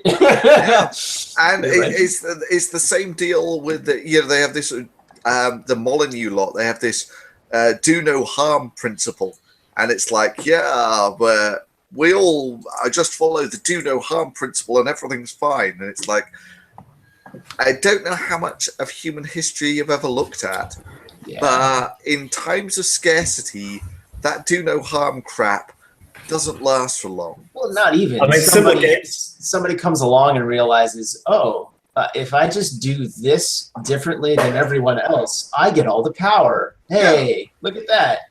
I win. Yeah, simple game theory. Yeah. Yeah. But there are people who are really hardcore into this thing that, we just follow the do no harm principle, and anarcho-capitalism is fantastic. It's like, I think there's a reason that it's never worked in practice. It's not so much. I don't care what your ideology is. What is the practicality? It starts sounding like a Monty Python sketch. Yeah. The chat is asking, so with all countries having their problems, where would you settle down? Well, I quite like America. It would be somewhere between America and England, and you want more socialized healthcare than America, but not as many rules and regulations as England. Canada. Canada probably, actually. And now you can even get high there. Wonderful. Canada is kind of going a direction too far right now. Please only move here once we're done with Trudeau. That's exactly what I was about to say. Canada saw Trudeau. He ran a very convincing campaign, but... I'm going to legalize marijuana. That was his campaign. Well, it was also the voting reform. That was the thing that everybody was excited about. That's what I was excited about, and now he's not doing it, so... Yeah, that was pretty typical. But yeah, Mr. It's 2015. I don't. Yeah, it's current year. That's a justification for anything. No, I did not vote for him. I saw this coming a mile away. Unfortunately, the other options weren't that great either. But I did vote my conscience. But I did not vote for Trudeau. Did you see O'Leary was actually I was surprised he came out as pro marijuana the other day. I don't know. If I don't like O'Leary. I don't like him either, but I was surprised. Well, right now, being pro marijuana is because, let's face it, I don't do the stuff. I don't approve of the stuff, but it's what other people do. It's not really my business. But the thing of it is that right now there's such a huge number of people that really want it to be legalized that anyone that comes out and says, well, no, I'm not going to legalize it, or no, I'm going to reverse any legislation. They lose the young vote. They lose the young vote. And they lose, not just the young vote, they'll lose people my age as well, or middle age. I mean, I'm just on the cusp of that because there are a lot of people that are around in my age group and a little bit older that are really into marijuana. So, and that's quite honestly, it looks like he's going through with legalizing it, and that might get him in again, depending on how much people remember and how much he screwed up. If I remember rightly, isn't that like BC's second largest export? Probably. It's trees, then weed. It's probably that. just acres and acres of it up there. It's crazy. Grow operations. Yeah. Easy to tell because they've huge electricity bills for some little shack in the woods. Yeah. Well, BC and California were the two big ones for marijuana. I mean, even Robin Williams made a comedy bit about it, about all the forest fires that were going on in California, and saying, man, there's all that weed. Even Smokey the Bear's going, only you can. Shit, I remember this. Yeah. Yeah. Well, it's better than alcohol if you have a look at the studies. So, I mean, I don't do either. I've consumed more isopropyl all my life, as in not consumed, but used. then I drank ethanol. So, yeah, the jury's out on that one because really it's been suppressed and made illegal for so long that there's no definitive proof one way or the other. I just, based on my own experiences of places that I've lived and some of the people I went to school with, seeing the results of their heavy use of marijuana, it was just, I can't agree with it. I just can't. I don't know. I mean, everyone at like 18, 19, everybody's using pot, but like even just down here in southern Canada, like crack is just, wow, it's crazy. Like so much crack. It's insane. Even in the high schools and stuff like that. Guess you're not talking about plumbers. No, I wish. But I don't think that many people who are using pot are moving on to crack or anything like that. I think it's a certain subset of people that are just attracted to it. Yeah. Oh, I hate the statistic, as in almost all heroin abusers also smoked cannabis.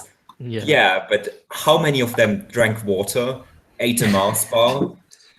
Yeah. I think it's a Bill Connolly thing, all alcoholics start on mother's milk. Yeah, exactly. Part of it, I think, is actually just exposure, right? When it's made illegal, the people you tend to buy it from also tend to have access to other drugs. Sell you other drugs, and so it's and then they often offer samples. Yeah, right. Yeah, that's the big issue. And weed is so much cheaper. Yeah, it's not so much like that's one of the crazy things I think about it is people go, oh, it's a gateway drug. It's like it's not. It's more like your dealer is a gateway rather than the drug itself. If it was made illegal or if it was made legal, you'd see a lot of those issues disappear. I think This is why if and when it becomes legal, I'd like to see it regulated like we regulate alcohol. Sure. Yeah. % government control. I wonder if the LCBOs are gonna get it, and I wonder if it's gonna be 18 or 19 because they were talking 18, which I don't know if that's actually gonna happen. It will in Quebec, but Quebec's Quebec. Well, I would say 21 because there's actually enough research to support that marijuana negatively affects the brain up until I think the age of 21, 22, something like that. Similar, I think, to alcohol. So, I mean, if that's the medical studies, yeah, I would go with that. But there's what's medically accurate and there's what's practical. And I think your chances of even stopping young people from drinking it's an uphill battle. So you might have the rules that way, and whatever you do what you can to enforce them. Sure. And then you also run into like the weird, like in the military. I was in the military for 6 years. I can join up and die for my country, but I can't drink a beer. 60, yeah. And so there was crazy things like that in England as well, that you could actually get married, but you couldn't buy the alcohol for the wedding. It's like, you guys are shitting me. There's a lot of things that don't make sense in law. Well, sorry, don't make sense to us, but make perfect sense to lawyers. That's why they can use loopholes. Yeah. And they're all passed at different times, which is why when you put these things next to each other, One of the funniest things I ever read for a line is funny in a morbid way. Was that once upon a time in England, the punishment for trying to kill yourself was to be hung. Yeah. Someone sat down once and thought that was a good piece of legislation. But how? How can anyone do that? I don't get it. Well, there's a certain perverse logic to it that if you fail, you will get executed in a way that you don't get to choose. Well, but which I'm not defending it, but it doesn't make sense. Publicly humiliated. I would like to die from natural causes, please. Naked bikini avalanche. Yes. It's the only way to go. Careful now there, Phil. You know, you might sound like a misogynist. Yeah. Block it. Oh my. Oh my, yeah. Hate women so much I want to die by them. Yeah. And this is wonderful. I just want to ask you something quickly. Yeah. You know, for $100, do I only have to pay it once to do a personal hangout?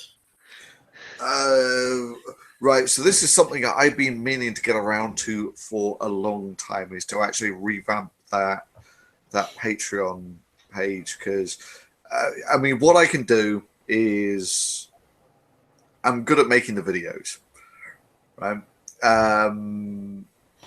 Then when I created it, it seemed all fairly sensible. But then you actually take a look at just trying to maintain the lists of the people who you want on the credits. And you got like 1,000 people, and they're all coming and going. And on top of that, some of these people don't actually, you know, for obvious reasons online, you might not want your name on these things. So it's turned into an absolute nightmare just trying to actually keep up with that sort of thing. Does Patreon not give you like a list of the highest or paying? But but okay, but even at that, even if you can get the list of Patreon, you've then got the I don't want to put people's names on something if they don't want their name made public. Well, but you can choose to be anonymous on Patreon. On Patreon, yeah. Actually, I'm not so sure you can. Well, I am. Well, my name I use on Patreon is my normal online handle. Yeah, I go by Thai stuff as well. Elemendorius. Speaking of which, Phil, before I forget, I don't know, I haven't caught the credits on some of the other videos, but you might want to take my name off the very special thanks segment. I mean, if you still persist with the credits, because I haven't been at the $100 level for quite a long time.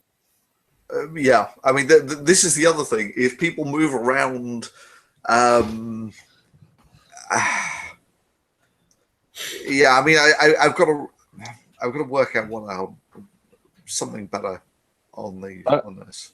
I'd say just for simplicity, drop the whole credit thing. To be honest, because that way it's less of a headache for you, and then you don't have to worry about the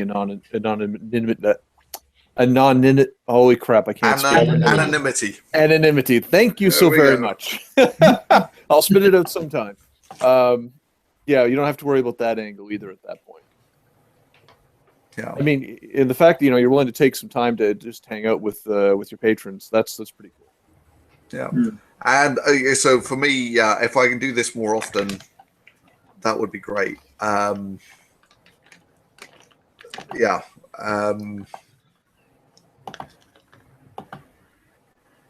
Yeah, I will probably want to at least do this once per month. At the moment, I think it's going about once every 2 months or something, if I'm lucky. But yeah, life's busy. What's up next in the video queue? What do you think you'll be dropping pretty soon? So there are 2 that I have had planned One I've had for a long time. That's the diamond batteries. Did you hear about the diamond batteries? Yes, we discussed it, I think, on the last. Yeah, so that's one I want to tie up. And then there's this sort of thing with Berkeley, MIT, and their water harvesting device. Oh God. Oh no. Yeah. I finally got real diamonds. Hey, They are synthetic, but Nice. nitrogen they based. are Where did you get those from? eBay. And it's a powder. It's really fine crystals, but Okay. they are a lot denser than the other. Because Back. you had quartz last time, remember? Yeah. Yes. So I apologize for interrupting. It was very great seeing you all, but I have to go. Thank you so very much, Phil, for taking your time. Thank you, everybody. You guys are all fantastic people. Catch you later. You too. Okay. See you around. thank you, Alamandorius. Okay, so diamond. If you hit it with a hammer, how hard do you have to hit it before it'll? Right. Well, if I start off with a little hammer, where's the little one?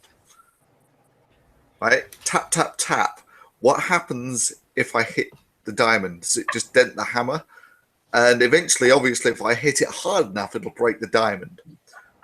But how hard? I think you don't need to hit very hard. Yeah, as I understand them. It's hard, but brittle. Yeah, but the crystals won't break. You will get breaks Yes. at the grain boundaries. Yep. So looked at like that, you'll crack the diamond, but you'll get individual crystals. So then you're left with the question: how hard do you have to hit the individual crystals before they break? I don't. Actually, I will. So logically, if you get the pressure up high enough, you'll break the crystals. Or your hammer gets just immediately. Right. So there's how deformable is the hammer? You know, you're now into rates of energy dissipation. So I happen to know that you can grind down diamonds with a mixer, like with a blender. So Really? yeah, Blender. yeah. There's this So to series actual- from Blendtec, and they put everything they can think of in a blender. I think the slogan is "Will it blend?" That is the Yeah. question. So someone actually suggested this on, I think it was Twitter, that with a high-speed camera, I should do a series called "Will It Smash?" It's actually a good idea. Just basically hitting things in slow motion with a high-speed camera. Speaking of breaking things, if you ever need to extract another silica tube, alumina tube out of a sodium light, instead of just breaking the bulb, it works very well to just heat it up and put a drop of water on it, and it cracks right around the perimeter. I'll try that because It's pretty I've got 2 more bulbs next door. Because I tried to scratch it and then just kind of heat it up and put a bit of glass on it or something like that, but then I tried that as well. Yeah. Well, I tried it because I saw it in your video. Yeah. So I've also worked out. So you've actually taken apart sodium light. Yeah. Have you worked out how to see the sodium vapor very well? I tried heating it up while I had well, no, it's not a filament, but just a tube. But I couldn't really see it. Right. So what you need to do, sodium in it.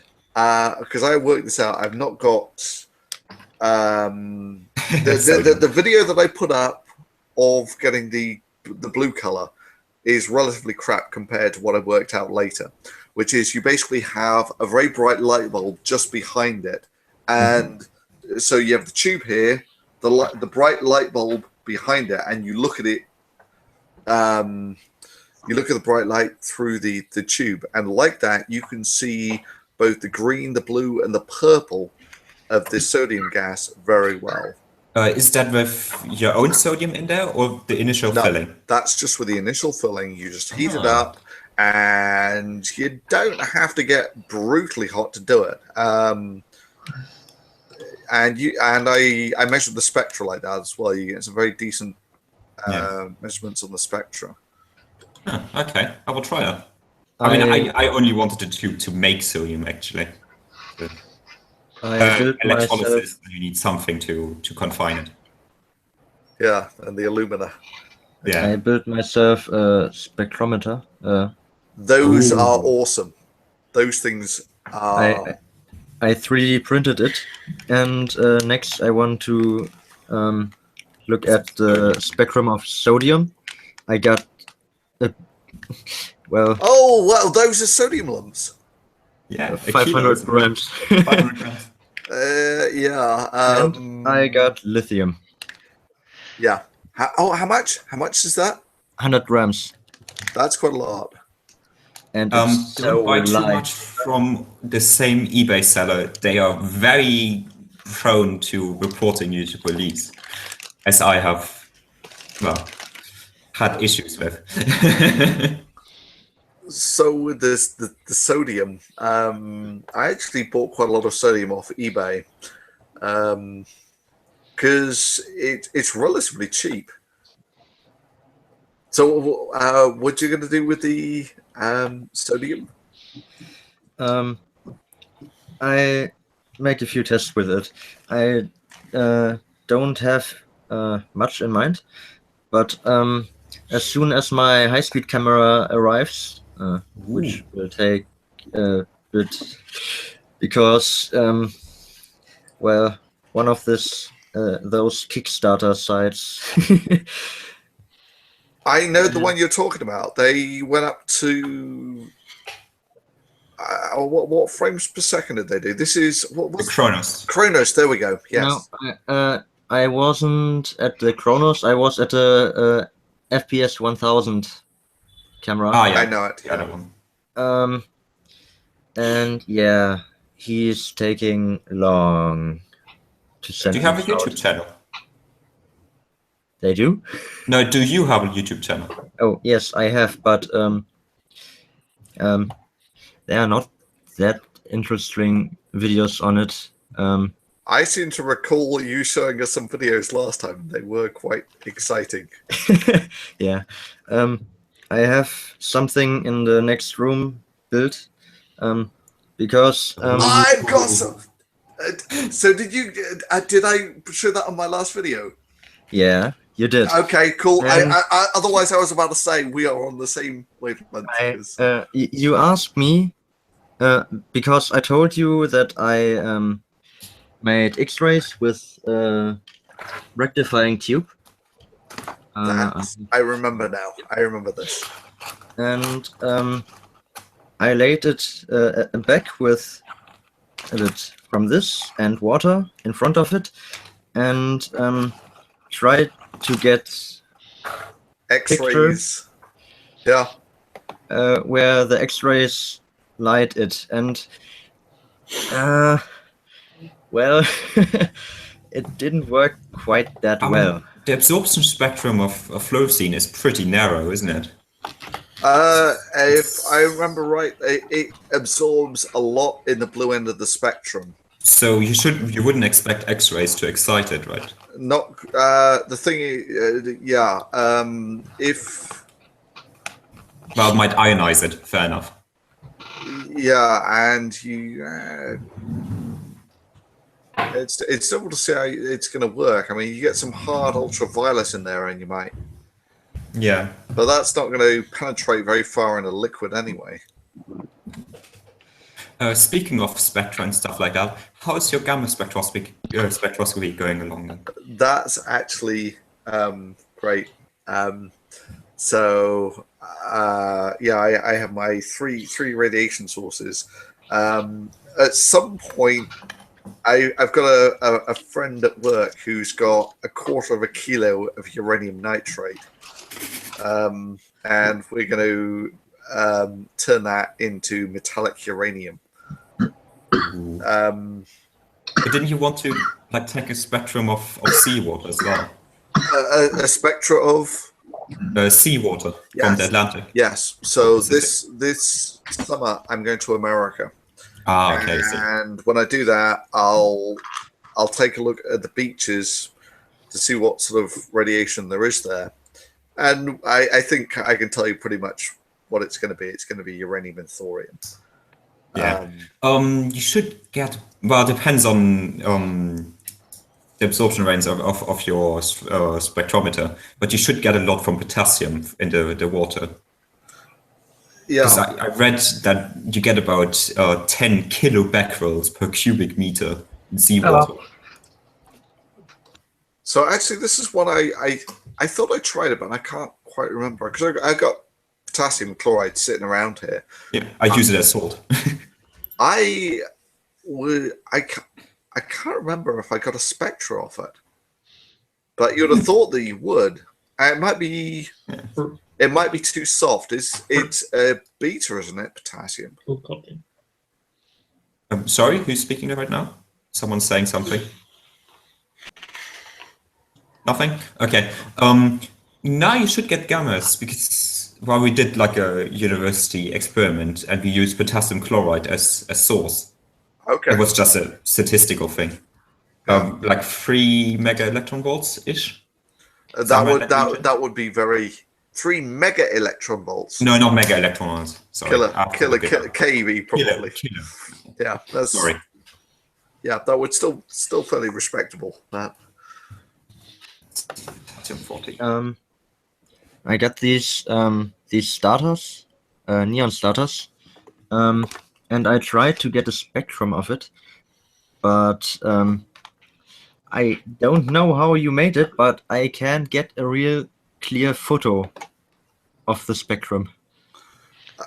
By the way, do you have your spectrometer on Thingiverse? Yeah. Awesome. Time to go find that. It's 33 kilo electron volts. So yeah. Yeah.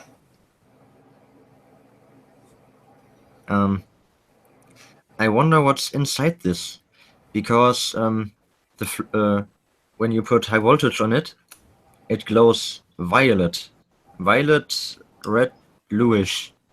Oh god!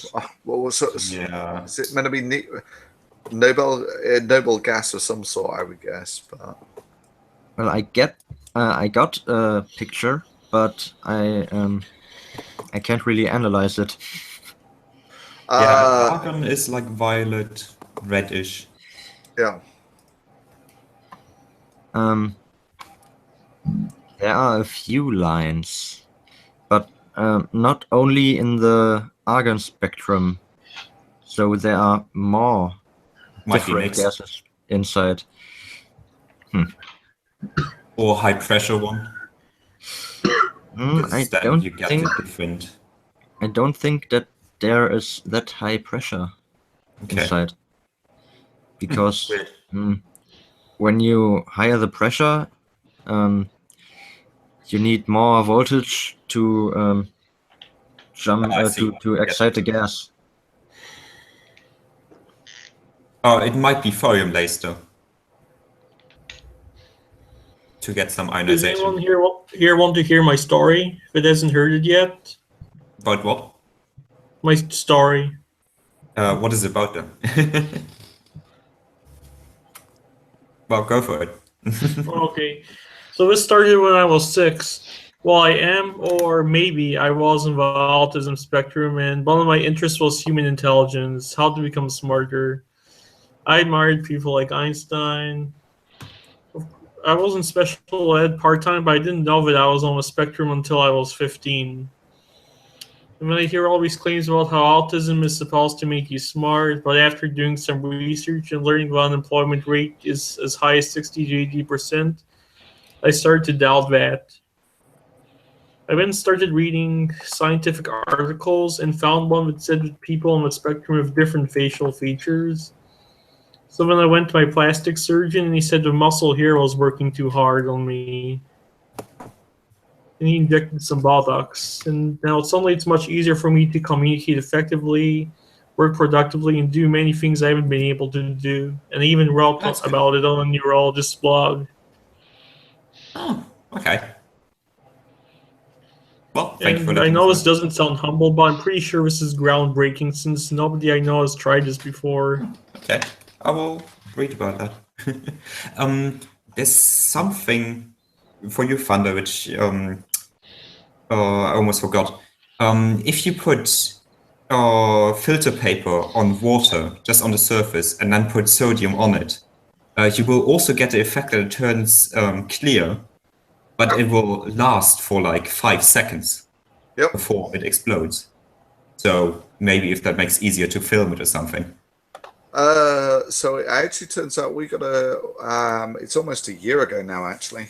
Something I keep on meaning to make a better video about, but we got it published in Angevante Chemie. It's a fairly decent chemistry journal. I think I read that. So I've got a video that goes with it, which I'll put into the chat once I get it. But I did some analyses on that droplet. It's about 50% sodium hydroxide, 50% sodium oxide. So it's not actually sodium metal anymore. No, but there's a very interesting transition. You get solvated electrons and all sorts of weird shit in there. Why does it explode then, though? And why does it swim? That is a fascinating question. And you might have seen this backyard chemist guy who basically does it with sodium chloride and also gets an explosion. And that bothered me for a long time. In fact, it still does. That how do you get?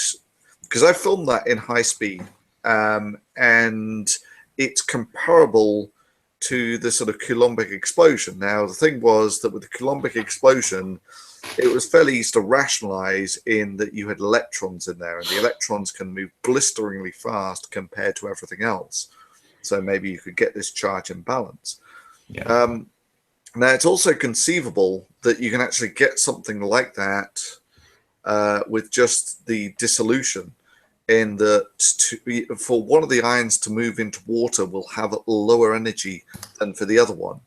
And so you can actually get this zeta potential on the surface. I'm still deeply unhappy with this as an explanation, but other than that, trying to explain this explosion that you get with sodium chloride is... Yeah, it seems weird. Is tough. Because it doesn't actually really react with water, does it? No. It just dissolves. So that's something that I've got on the list to do is... I filmed the sodium hydroxide drop bursting at 30,000 frames per second, and it just seems like it just explodes. There's no obvious initiation event or anything, and I think what it might be is that when you do this with sodium, you get a very strong contrast between the metal and the water. One you can see through, one you can't. And when you're doing it with sodium hydroxide versus water, they're both clear liquids. So it might be very hard to see the fingers. Could you dye the water? Yes. But then you might have other things going on. So I think I've got it. I've got it. Okay, right. Now all I need to do is send you the link to this guy. Copy link. Come on. Thunderfoot, I have to go now. Okay, hang on just 1 second. Let me put in the link for this video. Oh, come on. What the hell's that? That's not what I'm after. Right. So I've got this.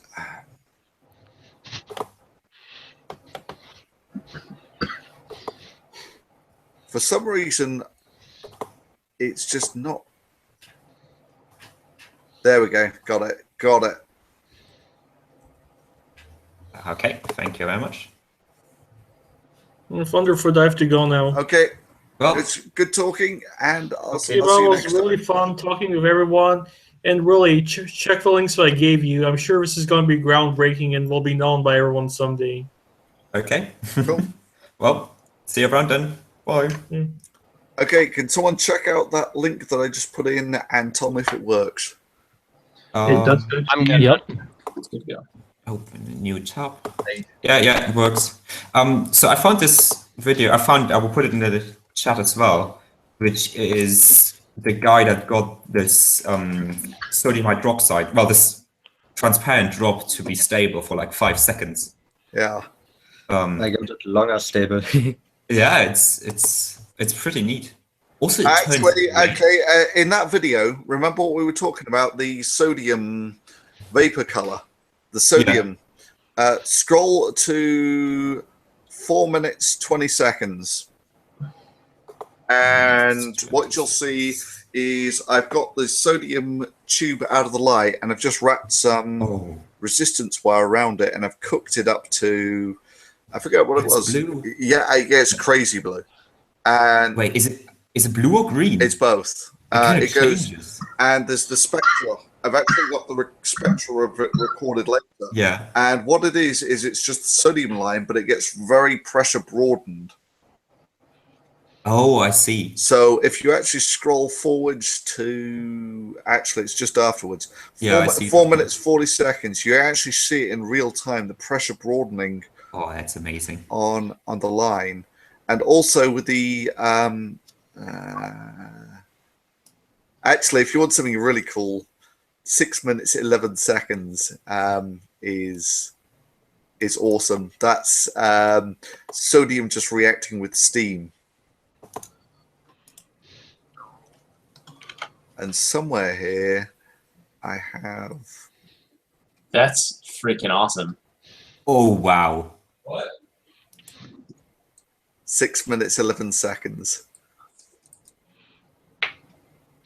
But also, I think in here there's the actual the video of the clear droplet reacting, filmed at 30,000 frames per second. And there's you can go through it frame by frame, and it's just it just explodes. There's just nothing, no reason to it at all. It just explodes, which really bothers me. Also, it kind of turns clear red before it goes transparent.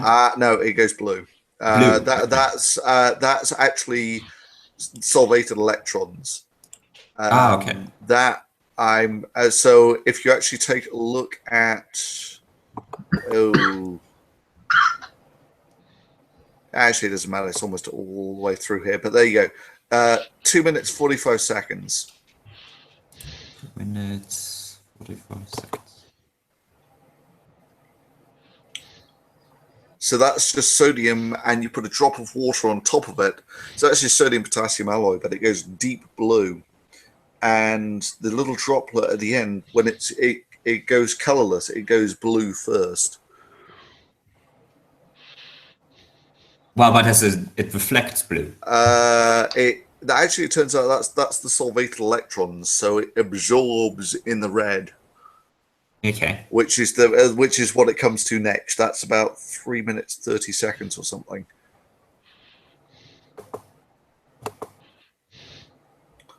Huh.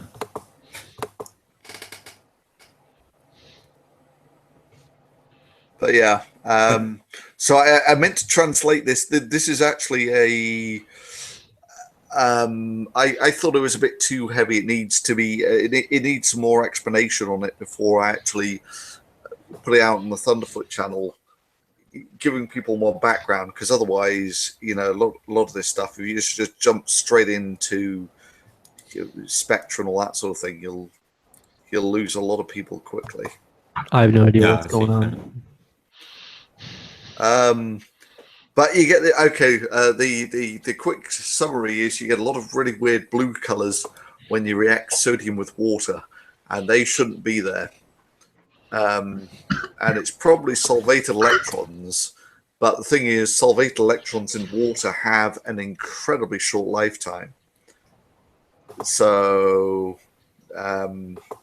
yeah, we're still not entirely certain what's going on there, but that's actually quite a fun video. So Looking forward to that. One thing I want to try with the sodium and the lithium.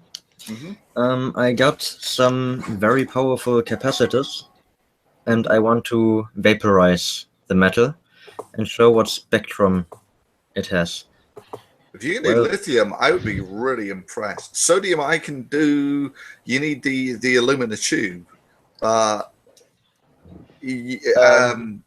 possible lithium is tough. It has so much energy. A friend of mine that has made them a bit tougher, the capacitors, tested them and took some soldering wire 2 millimeters thick, charged the capacitor to about 10,000 volts and shorted it with this wire, and it just a clever way of doing vaporized. It. That really is a good way of doing it. And you do that in a vacuum, you might get something. You need good cameras, good lights, but you're in with a chance on that.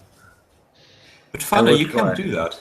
The alumina melts at like 2,000 degrees. Lithium boils at 1,300. But the thing is that so lithium, almost all bets are off the table here anyway. And that I'll bet folding money that the lithium will actually react with the alumina. Sodium is a sort of borderline thing anyway. So if you try and just cook up the lithium, it'll just suck the oxygen out of the alumina. Fair enough. So the only way that you can sensibly do it is sort of non-equilibrium.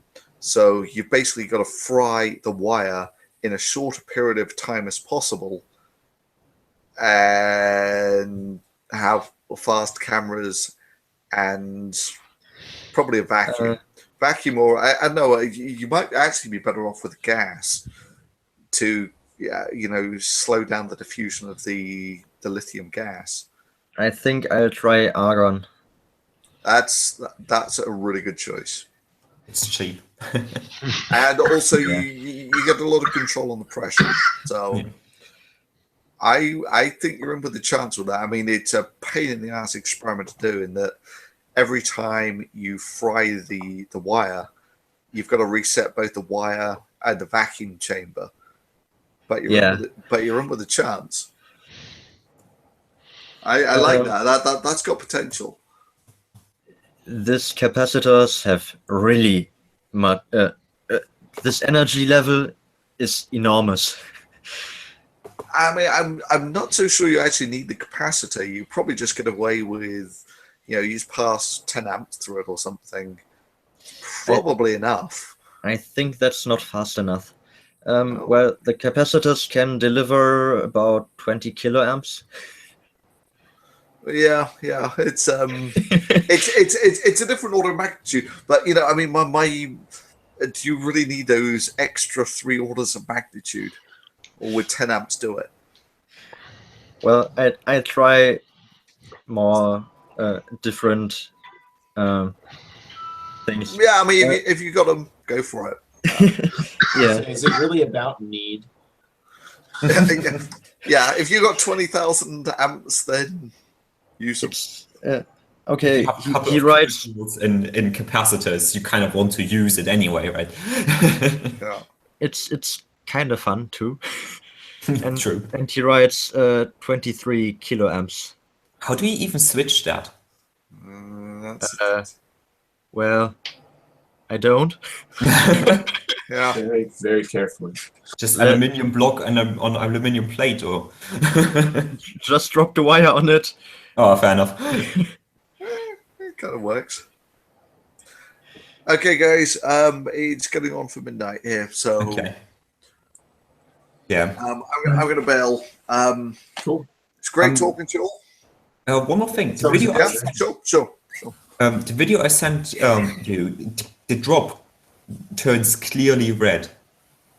Okay, with that, I'm pretty certain it's picked up some probably crap from the filter paper, and you're looking at some sort of pyrolyzed sugar, I would Oh, guess. okay, fair enough. Okay.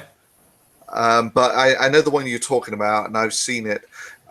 With me, it's maybe yellow, but it always goes through blue. There's this transition, metallic, black, blue, clear, and maybe slightly yellow. Okay. Someone asked about my YouTube channel. I could send a link here. Yes, please. very nice. Copy. Paste. Here it is. Thank you very much. Thank you. And I put a new video on public. Yeah, 12 minutes ago. We made some tests with flames and capacitors and high voltage, and we discharged big capacitors through a flame. And I recorded this with my Casio Exilim, and those are good. It looks so awesome. That's actually a way to switch it by plasma. Yeah. Or really big IGBTs. Yeah. Well, it depends on the voltage you're going for. If you charge it a couple of 10,000 volts, it's probably not a good idea. Especially because you can't put them in parallel. Because one will switch faster than the others, and it will blow up. A friend of mine has a way to compensate that a bit. He puts coils in front of everything. That might work, yeah. So you don't get a huge spike through one of them. Yeah. Ah, okay. It delays this a bit. Yeah. Yeah. Well, I will go as well then. Yeah. Right. Okay, guys. Good Nice hanging to- out. Okay. Thanks So, so much. Bye. Bye.